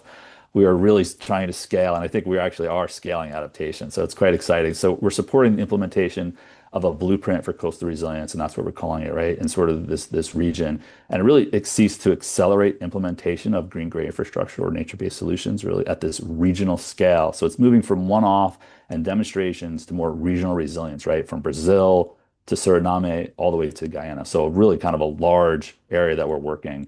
We're working on designs for the most prevalent shoreline types from across this region, focused mainly on mangroves and green gray infrastructure approach, right? And you can see in the photos, that top left, it's a photo of a massive coastal breach impacting farmland and communities. That's salt water, right? Really contaminating this agricultural land. And we think that it will be unfarmable for about 20 years. So you can imagine the livelihood kind of impacts we're seeing. But the mud bank processes along this coast can cause really large scale erosion events, sometimes resulting in quite large areas of mangrove loss. And These massive stands of mangroves protect the sea defense infrastructure like seawalls, dikes, and vegetated berms. I think we heard from Zahid about that, sort of that polar system. But mangroves and natural infrastructure really protect these hardened infrastructure from the constant onslaught of the Atlantic Ocean's wave energy, right? And you can kind of see that in the photo. But our teams in the region are working really closely with the government and communities to develop solutions and engaging really those local communities and kind of fishers and other stakeholders. But we're also informing a national coastal adaptation plan, developing a pipeline of projects to ultimately really access infrastructure scale financing, right? And we heard some of that in the earlier session, and really accelerate implementation of this building with nature approach. It's quite literally life and death. As our project manager from Guyana, she's on the ground daily, right? And that's how she puts it. And it really is, and you can see kind of with the breach that happens. But looking ahead, we're about to revamp our Green Gray community of practice, our digital community collaborative spaces, creating a more intuitive hub for peer exchange. So we'd love folks to reach out and join us on this. Great. Thank you, Rod, for sharing this experience with us. I think when you have an initiative responding to local priorities, always scaling up is the challenge. And I think that is one of the challenges that even us at IUCN are still also working and learning about. And community of practice is definitely listen and learn, and let's share what has worked and how we can scale up better. In the interest of time, I want to have my panelists know that we have 2 minutes for your next round of questions. Saeed, we will begin with you. Uttaran, the name of your organization, we understand it means transition in the Bengal language. Transitioning to a more sustainable future is not easy, especially when you need to mobilize large groups of people like the ones that you're working with to reach meaningful change, right? What do you think are some of the bottlenecks of building impactful movements, and why are movements likely to fail? Please, your 2 minutes starts now. Thank you. I'm going to try. Uttaran definitely means transitions in Bangla.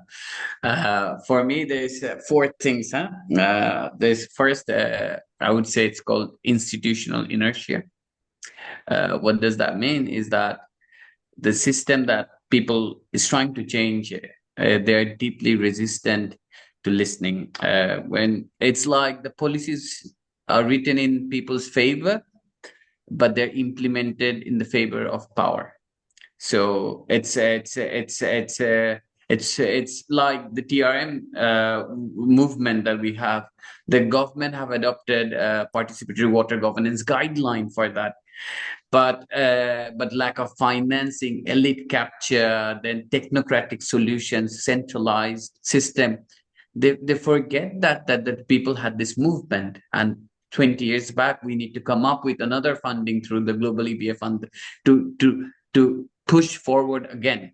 The second one is, of course, I think a lot of panelists before me, even other sessions mentioned the tokenization of community voices. So it's just they're just part of the community is here. So that's it. It's the community wants to talk to World Bank now, or even the funders who are funding this whole symposium. It's just difficult. They can't just write an email or make a phone call, right? It's just difficult. They have to go through me, through Global EbA Fund, maybe then to FCD or something like that. So it's just difficult, the whole process. I think the third thing I would say is the narrative control. Is that who is telling their stories?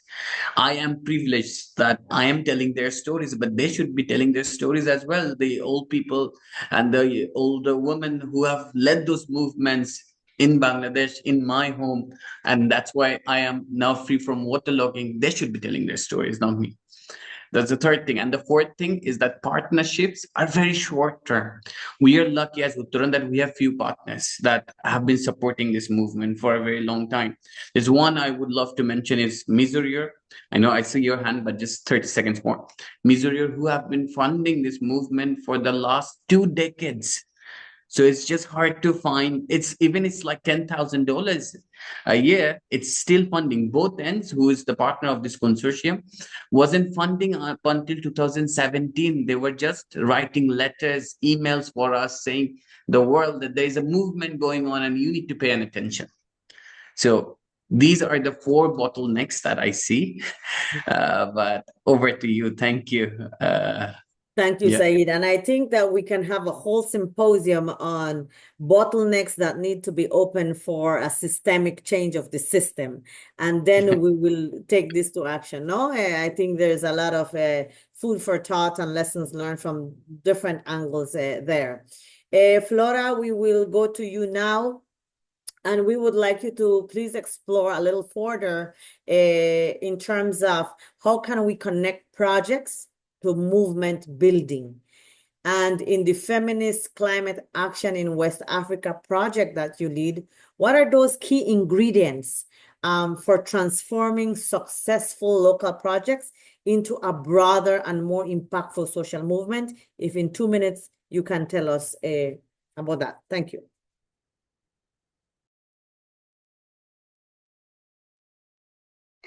Merci beaucoup, Anita.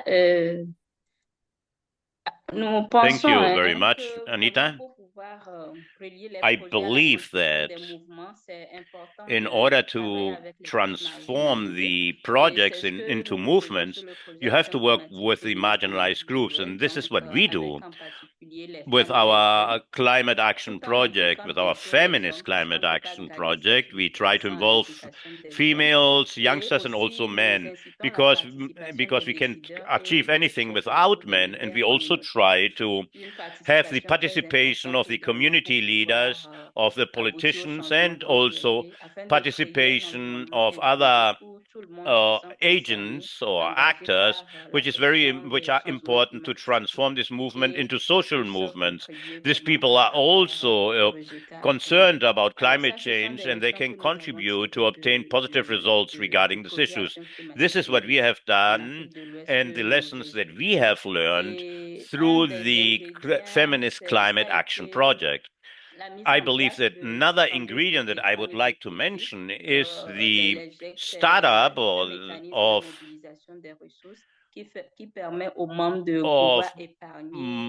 groups of which are mobilizing resources. This mobilizing resources groups allow us to reduce cost and to get better access to financing instruments. To provide you an example, thanks to these groups, we have been able to mobilize financing of 2 million CFA francs, thanks to these groups, which are in the majority made up by women.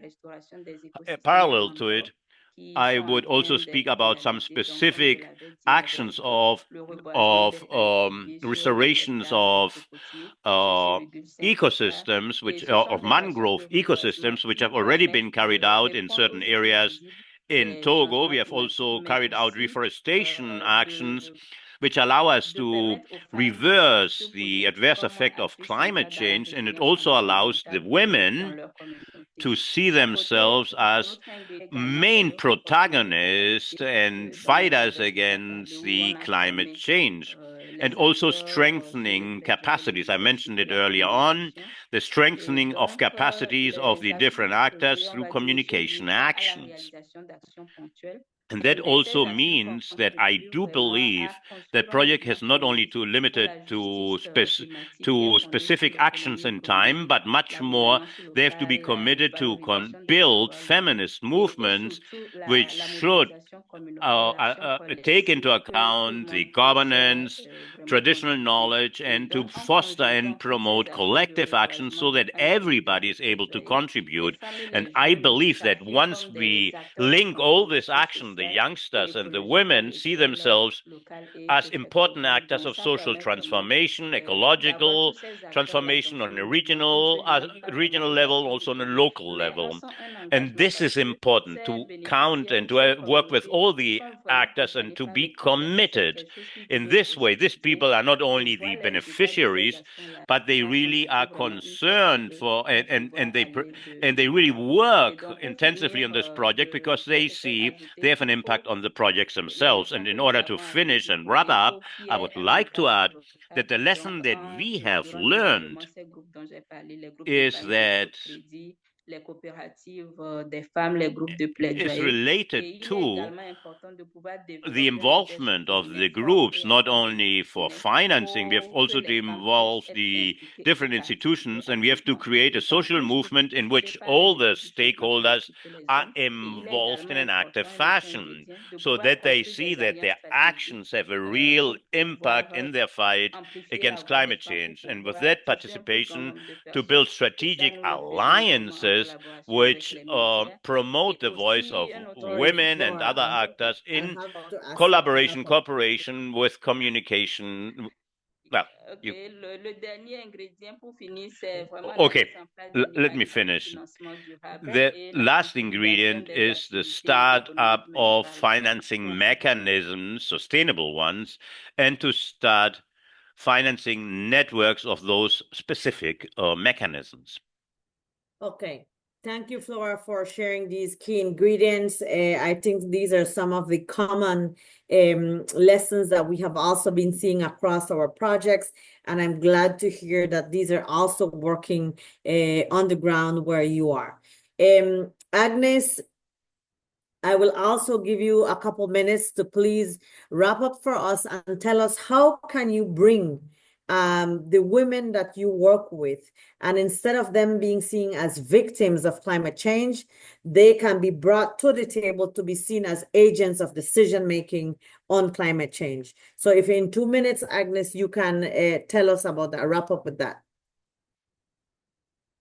Agnes, please go ahead. You are on mute. If you're speaking, please know that you're on mute. So we can, there, please go ahead. Yes, thank you so much, Anita. It's almost annoying when people call you victims, because victims are weak. Victims have no strength, have no voice, but we are not victims. We are not victims, we are partners. We are not recipients of aid. We are co-creators because we are knowledge holders. We are not weak. We are being seen to be weak because maybe we have been beaten by the weather and climate change and all that, but we are not weak. We are super resilient. We are the knowledge holders. What we need is collaboration, not pity. With partnerships and initiatives like PODONG, we are able to do so much, and we can go so far. We are all strong together, and we can do our community adaptation together, and with a lot of partnership, not pity, and not being seen to be weak, and not to be being seen as victims, because that has gone on for a long time, and we have been seen to be not being able to do anything. Climate change is urgent and it cannot wait. So we have no time for competition. We have no time to waste. We have only time to move forward. Women can come together. We are a whole movement on our own. Pastoralist women are resilient. Pastoralist women are a movement. And when we talk about bringing them to the table, I have a friend of mine. She's called Mary Robinson. She's the former president of Ireland. And she told me one thing. Agnes, one thing that you should remember as a woman, always pull the chair for the other woman. And here we're not just pulling chairs for each other, but also bringing the table so that we can be able to speak together on the same voice. We have a voice, we have the mind, we have the knowledge, and there's nothing that we cannot be able to do with the right partnership. Thank you. Thank you so much, Agnes, for that powerful wrap up. I really like we need collaboration, not pity.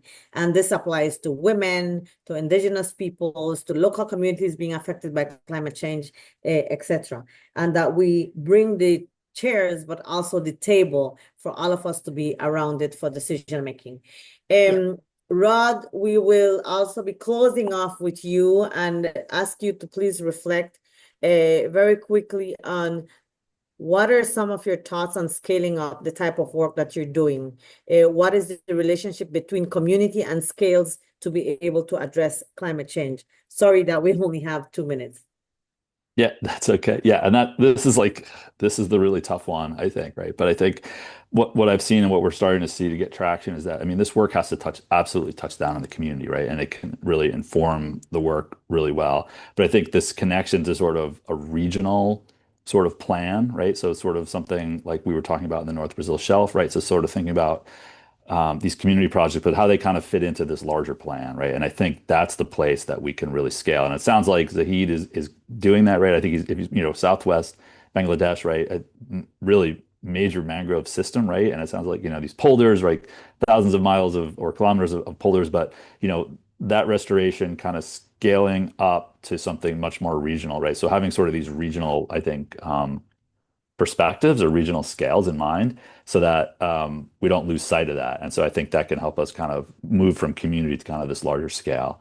It sounds like the same thing, that Flora was talking about, and I think Agnes too, right? This opportunity, but to think really big. And I think the other piece that we heard a little bit is the financing instruments, right? So this ability to kind of to go to scale, and we have to start thinking in bigger, like these bigger scales, right? So larger financing. And so lots of funders don't want to fund sort of these small ticket items. And I think we need to kind of elevate the project to something much bigger to attract larger funding opportunities or larger funding packages. And I think that's really important to kind of meet the scale of climate change, right? So it's almost like we think about it as like infrastructure scale financing, that's big. It becomes, civil works type projects. And I think that's where we need to go to start really making these really big changes. So this idea of community, but to scale and thinking big so that we can really attract sort of these big financing packages. Good. Thank you very much, Rod. And I know this is the sharing today of these stories is really food for thought, but also we can have a whole lessons learned, what is working on the ground and how to scale it symposium. There's the food for that. And I think that's really where we also need, so that at the end we go with, okay, what are the actions that we're doing at CI that now we can do differently or can even take the recommendations to be able to scale. I think that would be like a further conversation that would be fantastic to happen. I want to thank our incredible panelists, Agnes, Zahid, Rod, Flora, for being here, for sharing your experience, your knowledge, your lessons learned, for looking at how projects can be moving more into wider movements. Thank you. And I will now hand over to my colleague, Annie, who will be showcasing, I think, a video. Over to you, Annie. Great. Thank you all of the speakers, and thanks, Anita, for moderating this really inspiring conversation. I think it's really great to see how the projects that you talked about are facilitating people to come together. But then at the same time, what really stuck with me was what Zahid said, that the movements are not born from the projects, but are born from the sufferings and the necessities of the people, right? So for me, I was thinking, okay, so are the projects then rather a vehicle that we're using to get to those broader movements? And if so, then how do we make sure that all the marginalized people will be able to actually use that vehicle as well, right? So thanks again for sharing these stories. And yes, I think before we move to the very last session, where we will have the chance to engage with one another, so please stay with us for the last session. But yeah, before we move on to the last session, we'll share a video from a NAbSA project implemented by the Lutheran World Relief in Cameroon and Chad. And Nelly will be talking about positive masculinities and a topic that was actually coming up quite a bit in the discussions yesterday as well. So we'll just share the video on the screen and then move to the last session. Bonjour chers tous. Je m'appelle Nelly Nzori. Je travaille pour la Fédération luthérienne mondiale. Je suis dans les projets d'adaptation climatique basés sur l'approche transformative du genre basée en Jamena. Annie, I'm not listening. I don't know if others can hear. The video seems to be super low. I think the sound is a bit low. Are the interpreters able to hear the video?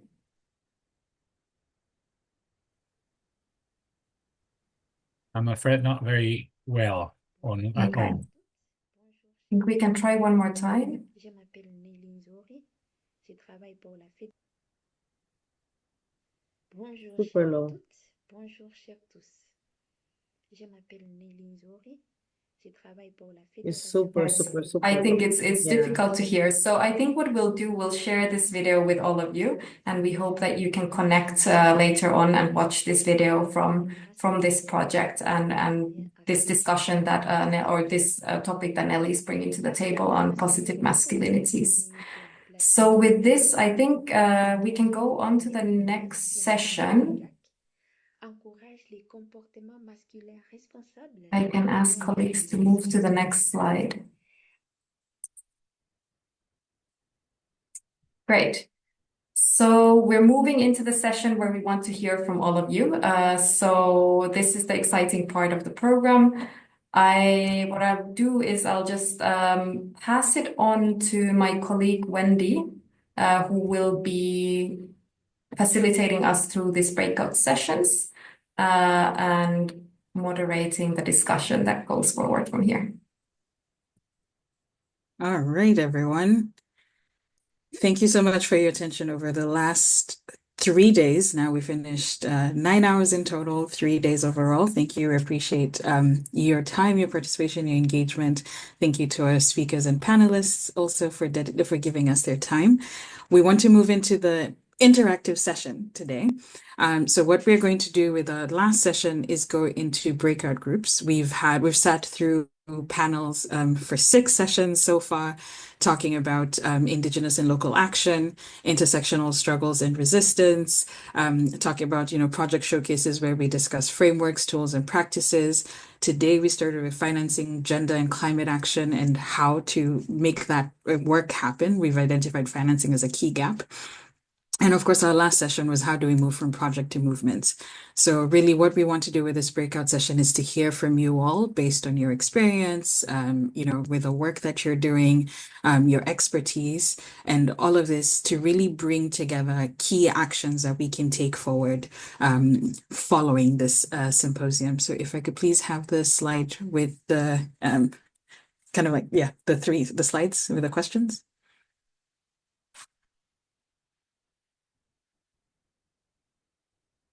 Is that in the next slide? Thank you.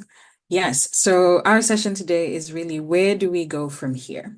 So the aim of the breakout rooms is to have an opportunity to connect, first of all, right? This, as a webinar, this has just very much been a one-sided conversation today, but now we really want to really engage and connect with one another. So that's really the aim. But the second part of it is to synthesize our collective takeaways from the 6 sessions that we've had already. So we'll have 5 breakout groups depending on numbers. We want to have at least 1 for Spanish and 1 for French. And then depending on our participants who speak English or who are comfortable in English, then we'll also have 3 additional groups for that. So what we would also ask you is to have either a second device, whether it's your phone or a computer, ready to join a Mentimeter platform, because that's the way that we will have conversation. And for the breakout rooms, we'll have reflections. So reflections in the lessons that you've taken away as an individual. And then you will also have an opportunity to share that within the group, but also then reflections for action to take forward as a collective. And within the groups, we anticipate that it will be very diverse and very well represented. So we'll have a lot of actors from across different perspectives, and that is intentional, right? We want to hear collectively how we can come to actions and themes and take this action forward. So the reflection questions, it's essentially the same question, but you're thinking about it from your perspective as an individual, and then broadening it over to a collective. We, through that process, want to identify common themes and action points that we will take forward and be able to share. And one of the things that we ask you within the breakout groups is to identify a spokesperson who's going to report that information back to plenary. So we'll have a facilitator who will be from among us as the organizers. We'll also have a note taker from among us as the organizers. But for the person to report back to plenary, would very much want to hear from you. The breakout groups are going to be 25 minutes. The individual reflection component of it is going to be 5 minutes. There'll be 10 minutes for a we question. So essentially you and a partner. and then an additional 10 minutes for an us reflection, and that's us as a collective. If you feel that the time is not enough for any of these segments, or if you're working at the individual reflection and your facilitator calls everybody back to go to the next question, don't worry about it. The idea is, as you go through from one step to the next, that you are building on the knowledge and the ideas and the questions that you already were thinking about in the previous session. So don't feel stressed out that you need to complete everything in 5 minutes. The idea is really to build that into the final reflection. If at any point, if you're in stage 2 or stage 3, you get ideas for stage 1, please note those down as well. We'll have the Mentimeter up for that. Thank you. And so then for our breakout groups, could we have the breakout groups launched, please?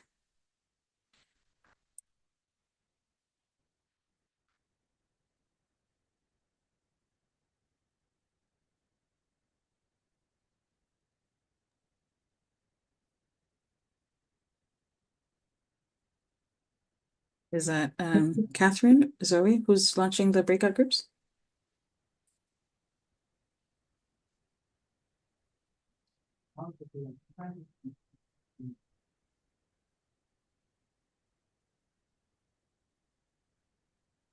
Okay, maybe as we're getting that set up, I will kind of just repeat the instructions again, just to clarify again. So we'll have 25 minutes in a breakout room. There will be 3 stages, let's call that, of the discussion. The first reflection is going to be as an individual. And the question specifically is, what is your key takeaway from the last 3 days that we've had together, and from the 6 sessions that we've listened to in advance? So you'll have 5 minutes for yourself to reflect on your key takeaway, thinking about it being about the action. Then we'll move into a we reflection, where you will reflect that with a partner in the breakout room.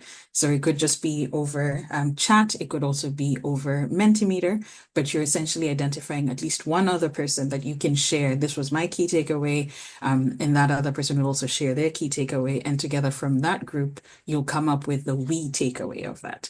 And then you will move into the next stage, which is us. And so that's you as your collective in the breakout room together, looking at the different takeaways that you all have identified in the previous sessions.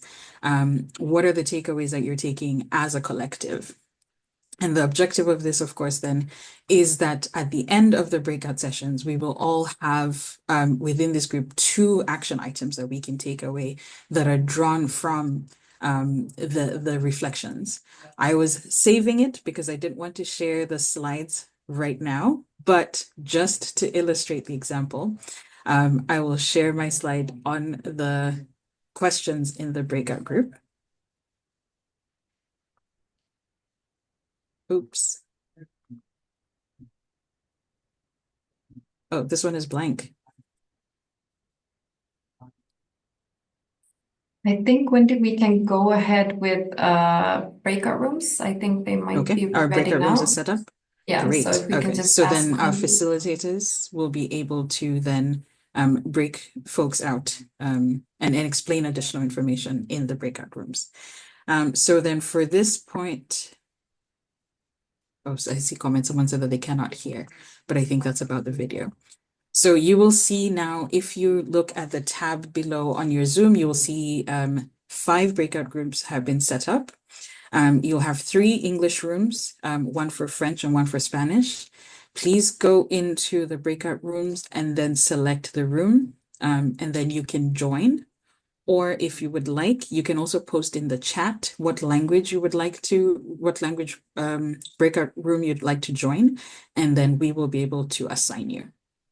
So if you're not able to automatically assign yourself a breakout room, let us know in the chat which one you would like to join, and we will assign.